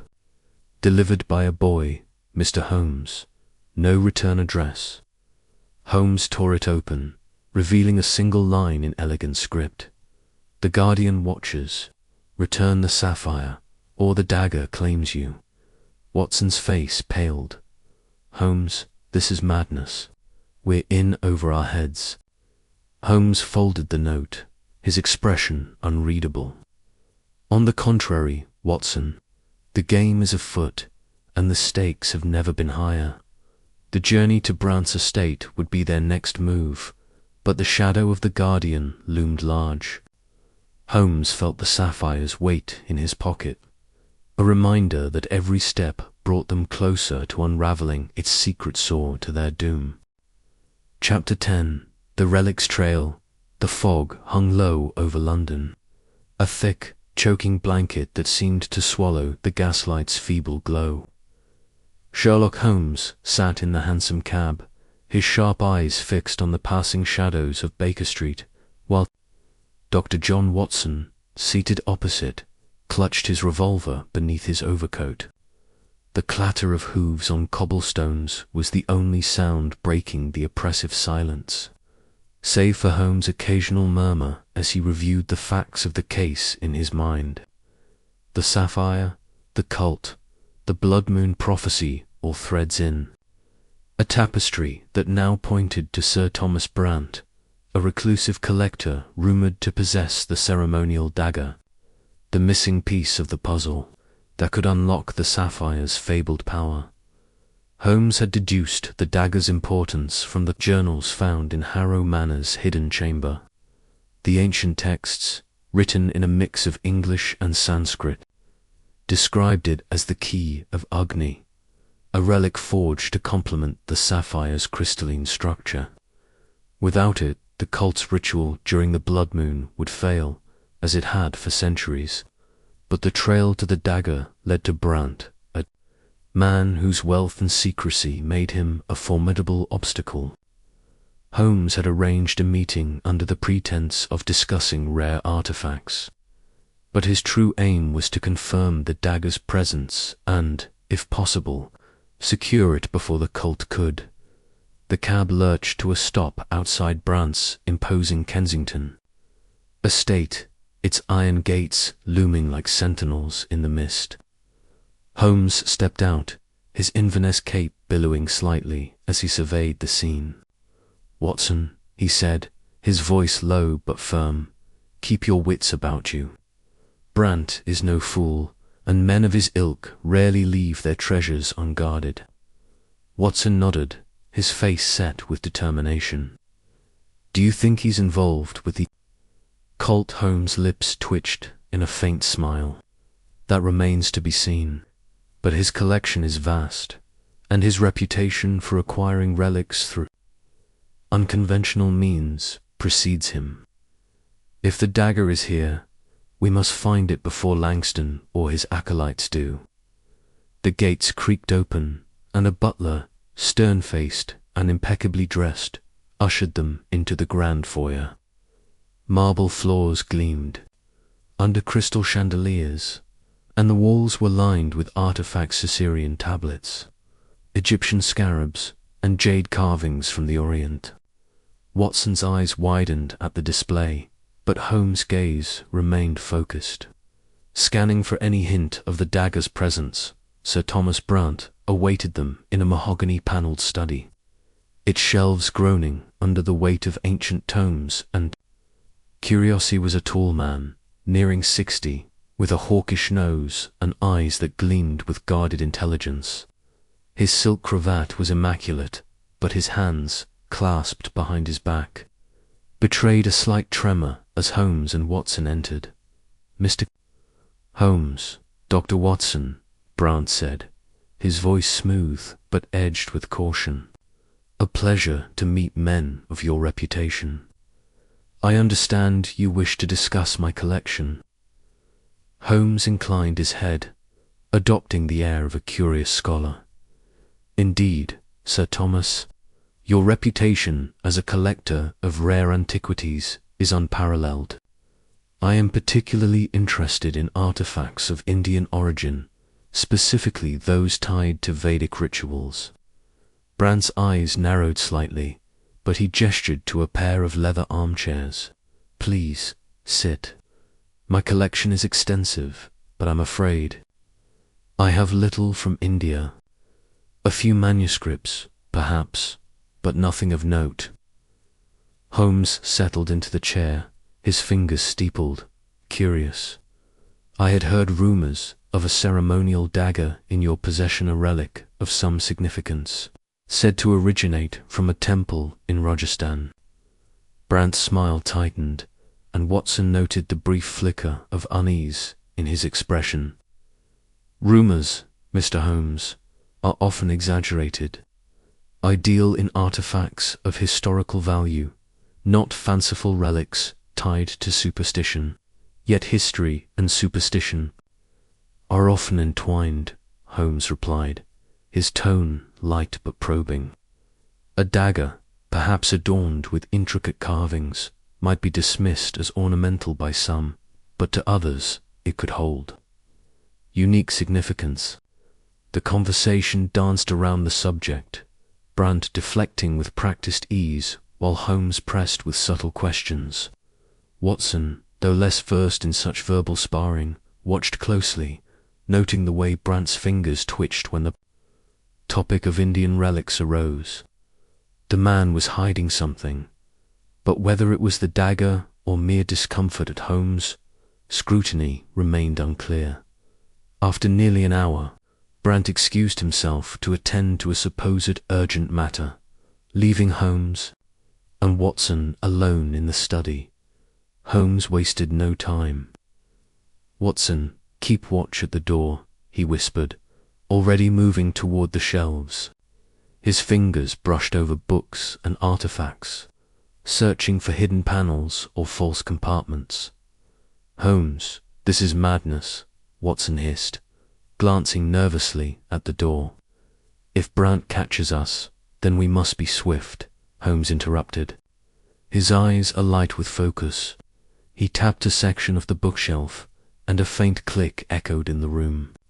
A panel slid aside, revealing a narrow staircase descending into darkness. "A vault," Holmes murmured, "as I suspected." With Watson reluctantly following, they descended into a stone chamber lit by flickering oil lamps. The air was cool and heavy with the scent of dust and metal. Glass cases lined the walls, displaying relics of every description: golden idols, jeweled scepters, and, in the center, a locked iron chest. Holmes knelt before it, examining the intricate lock with a jeweler's precision.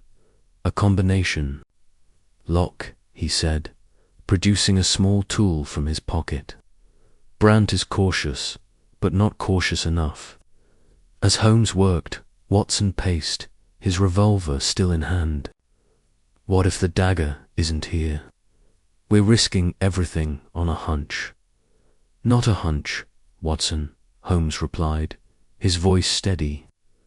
"The journals describe the dagger's last known location as being in the hands of a collector in London. Brant's name appeared in Langston's correspondence, albeit indirectly. The probability is high." Minutes ticked by, each one stretching Watson's nerves taut. Finally, the lock clicked, and the chest creaked open. Inside, nestled on velvet, it was a dagger, rather, its empty case. The velvet bore the imprint of a blade, but the dagger itself was gone. Holmes' face darkened. "Stolen," he said, his voice barely above a whisper. "Hours ago, if the dust patterns are any indication." Watson swore under his breath. "The cult, possibly," Holmes said, rising. "Or someone closer to Brant. We must." A sudden crash from above cut him off. Footsteps thundered, and voices shouted. Holmes and Watson exchanged a glance before sprinting up the staircase. They emerged into the study to find Brant standing in the doorway, his face pale with fury, flanked by two burly footmen. "Mr. Holmes," Brant said, his voice trembling with rage, "you abuse my hospitality." Holmes raised a hand, his demeanor calm. "Sir Thomas, I apologize for the intrusion, but time is of the essence. The dagger you once possessed has been stolen, has it not?" Brant's eyes widened, but he quickly regained his composure. "I told you, I have no such dagger." "Then explain the empty case in your vault," Holmes said, his tone cutting. "And the signs of a recent theft-disturbed dust are broken. Lock on the rear gate. Someone entered your estate tonight, and I wager you know more than you claim." Brant hesitated, his facade crumbling. After a long pause, he slumped into a chair. "It was taken this evening," he admitted. "I discovered the theft an hour before your arrival. I didn't report it because I acquired the dagger through less than legal means. I feared exposure." Holmes' eyes gleamed. "Who knew?" "Of its existence? Few," Brant said. "My curator, a handful of trusted associates, and Professor Langston.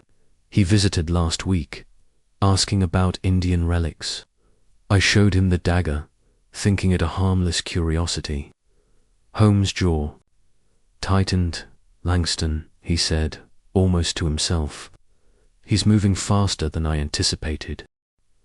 Watson stepped forward. "What now, Holmes? If Langston has the dagger, Then we must find him before the blood moon, Holmes said, already striding toward the door. Sir Thomas, your cooperation may yet redeem your indiscretions. Provide a list of Langston's known associates and any locations he frequents. Brant, cowed by Holmes' intensity, nodded and began scribbling on a sheet of paper. Holmes took it, scanned it briefly, and tucked it into his coat. Come, Watson, the trail is still warm. The cab ride back to Baker Street was a blur, Holmes lost in thought as he pieced together the puzzle. Langston, the cult, the dagger, the Sapphire were converging toward the blood moon, now mere days away. The list from Brant pointed to an abandoned estate in Hampstead, a place Langston had mentioned in passing during their earlier meeting. It was a tenuous lead, but Holmes had built cases on Lesdot at 221B. Holmes spread maps and notes across the table, his pipe sending curls of smoke into the air. The estate, he said, tapping a location on the map. It's isolated, defensible, and close to an ancient ley liner, perfect site for the cult's ritual. Watson frowned. You don't believe in ley lines, Holmes. I believe in what the cult believes, Holmes replied. Their obsession with the sapphire and dagger is rooted in a misinterpretation of science as magic. The dagger may be a conductor, the sapphire a resonator. Together, they could produce a phenomenon, perhaps vibrational energy, as I've hypothesized. Langston seeks to harness it, but for what purpose? Immortality, if the journals are to be believed, Watson said. Holmes snorted. A delusion, but a dangerous one. We depart for Hampstead at dawn. The next morning, they arrived at the estate, a crumbling manor surrounded by overgrown gardens and rusted gates. The air was thick with the scent of damp earth and decay. Holmes moved like a bloodhound, his eyes darting over every detail, the scuff of a boot in the mud, a broken twig, a faint trace of incense lingering in the air. Inside the manor was a labyrinth of dust-covered halls and shattered furniture. Holmes led the way, his lantern casting long shadows. In a cavernous ballroom, they found signs of recent activity: candles, chalk markings, and a crude altar. But the dagger was nowhere to be found. Another dead end, Watson muttered. Not quite, Holmes said, kneeling by the altar. He brushed aside ash to reveal a hidden compartment in the floor. Inside was a single sheet of paper, scrawled with a map and a date, the night of the blood moon. Langston is taunting us, Holmes said, his voice grim. He knows we're close. The trail led them to a warehouse in the East End, a place buzzing with the cult's activity. Disguised as dock workers, Holmes and Watson infiltrated the area, observing robed figures, unloading crates under cover of night. The dagger, Holmes deduced, was among them, hidden to prevent detection. As they crept closer, a figure emerged from the shadows, Langston himself, clutching a wrapped bundle. Holmes signaled to Watson, and they followed, keeping to the alleys. Langston entered a nondescript building, and Holmes, ever cautious, waited until the street was clear before picking the lock. Inside, they found a makeshift temple, its walls adorned with symbols matching those in the Harrow journals. The dagger lay on an altar, its blade gleaming in the candlelight. But before Holmes could act, a trapdoor sprang open, and cultists poured in, surrounding them. Holmes, Watson, shouted, drawing his revolver.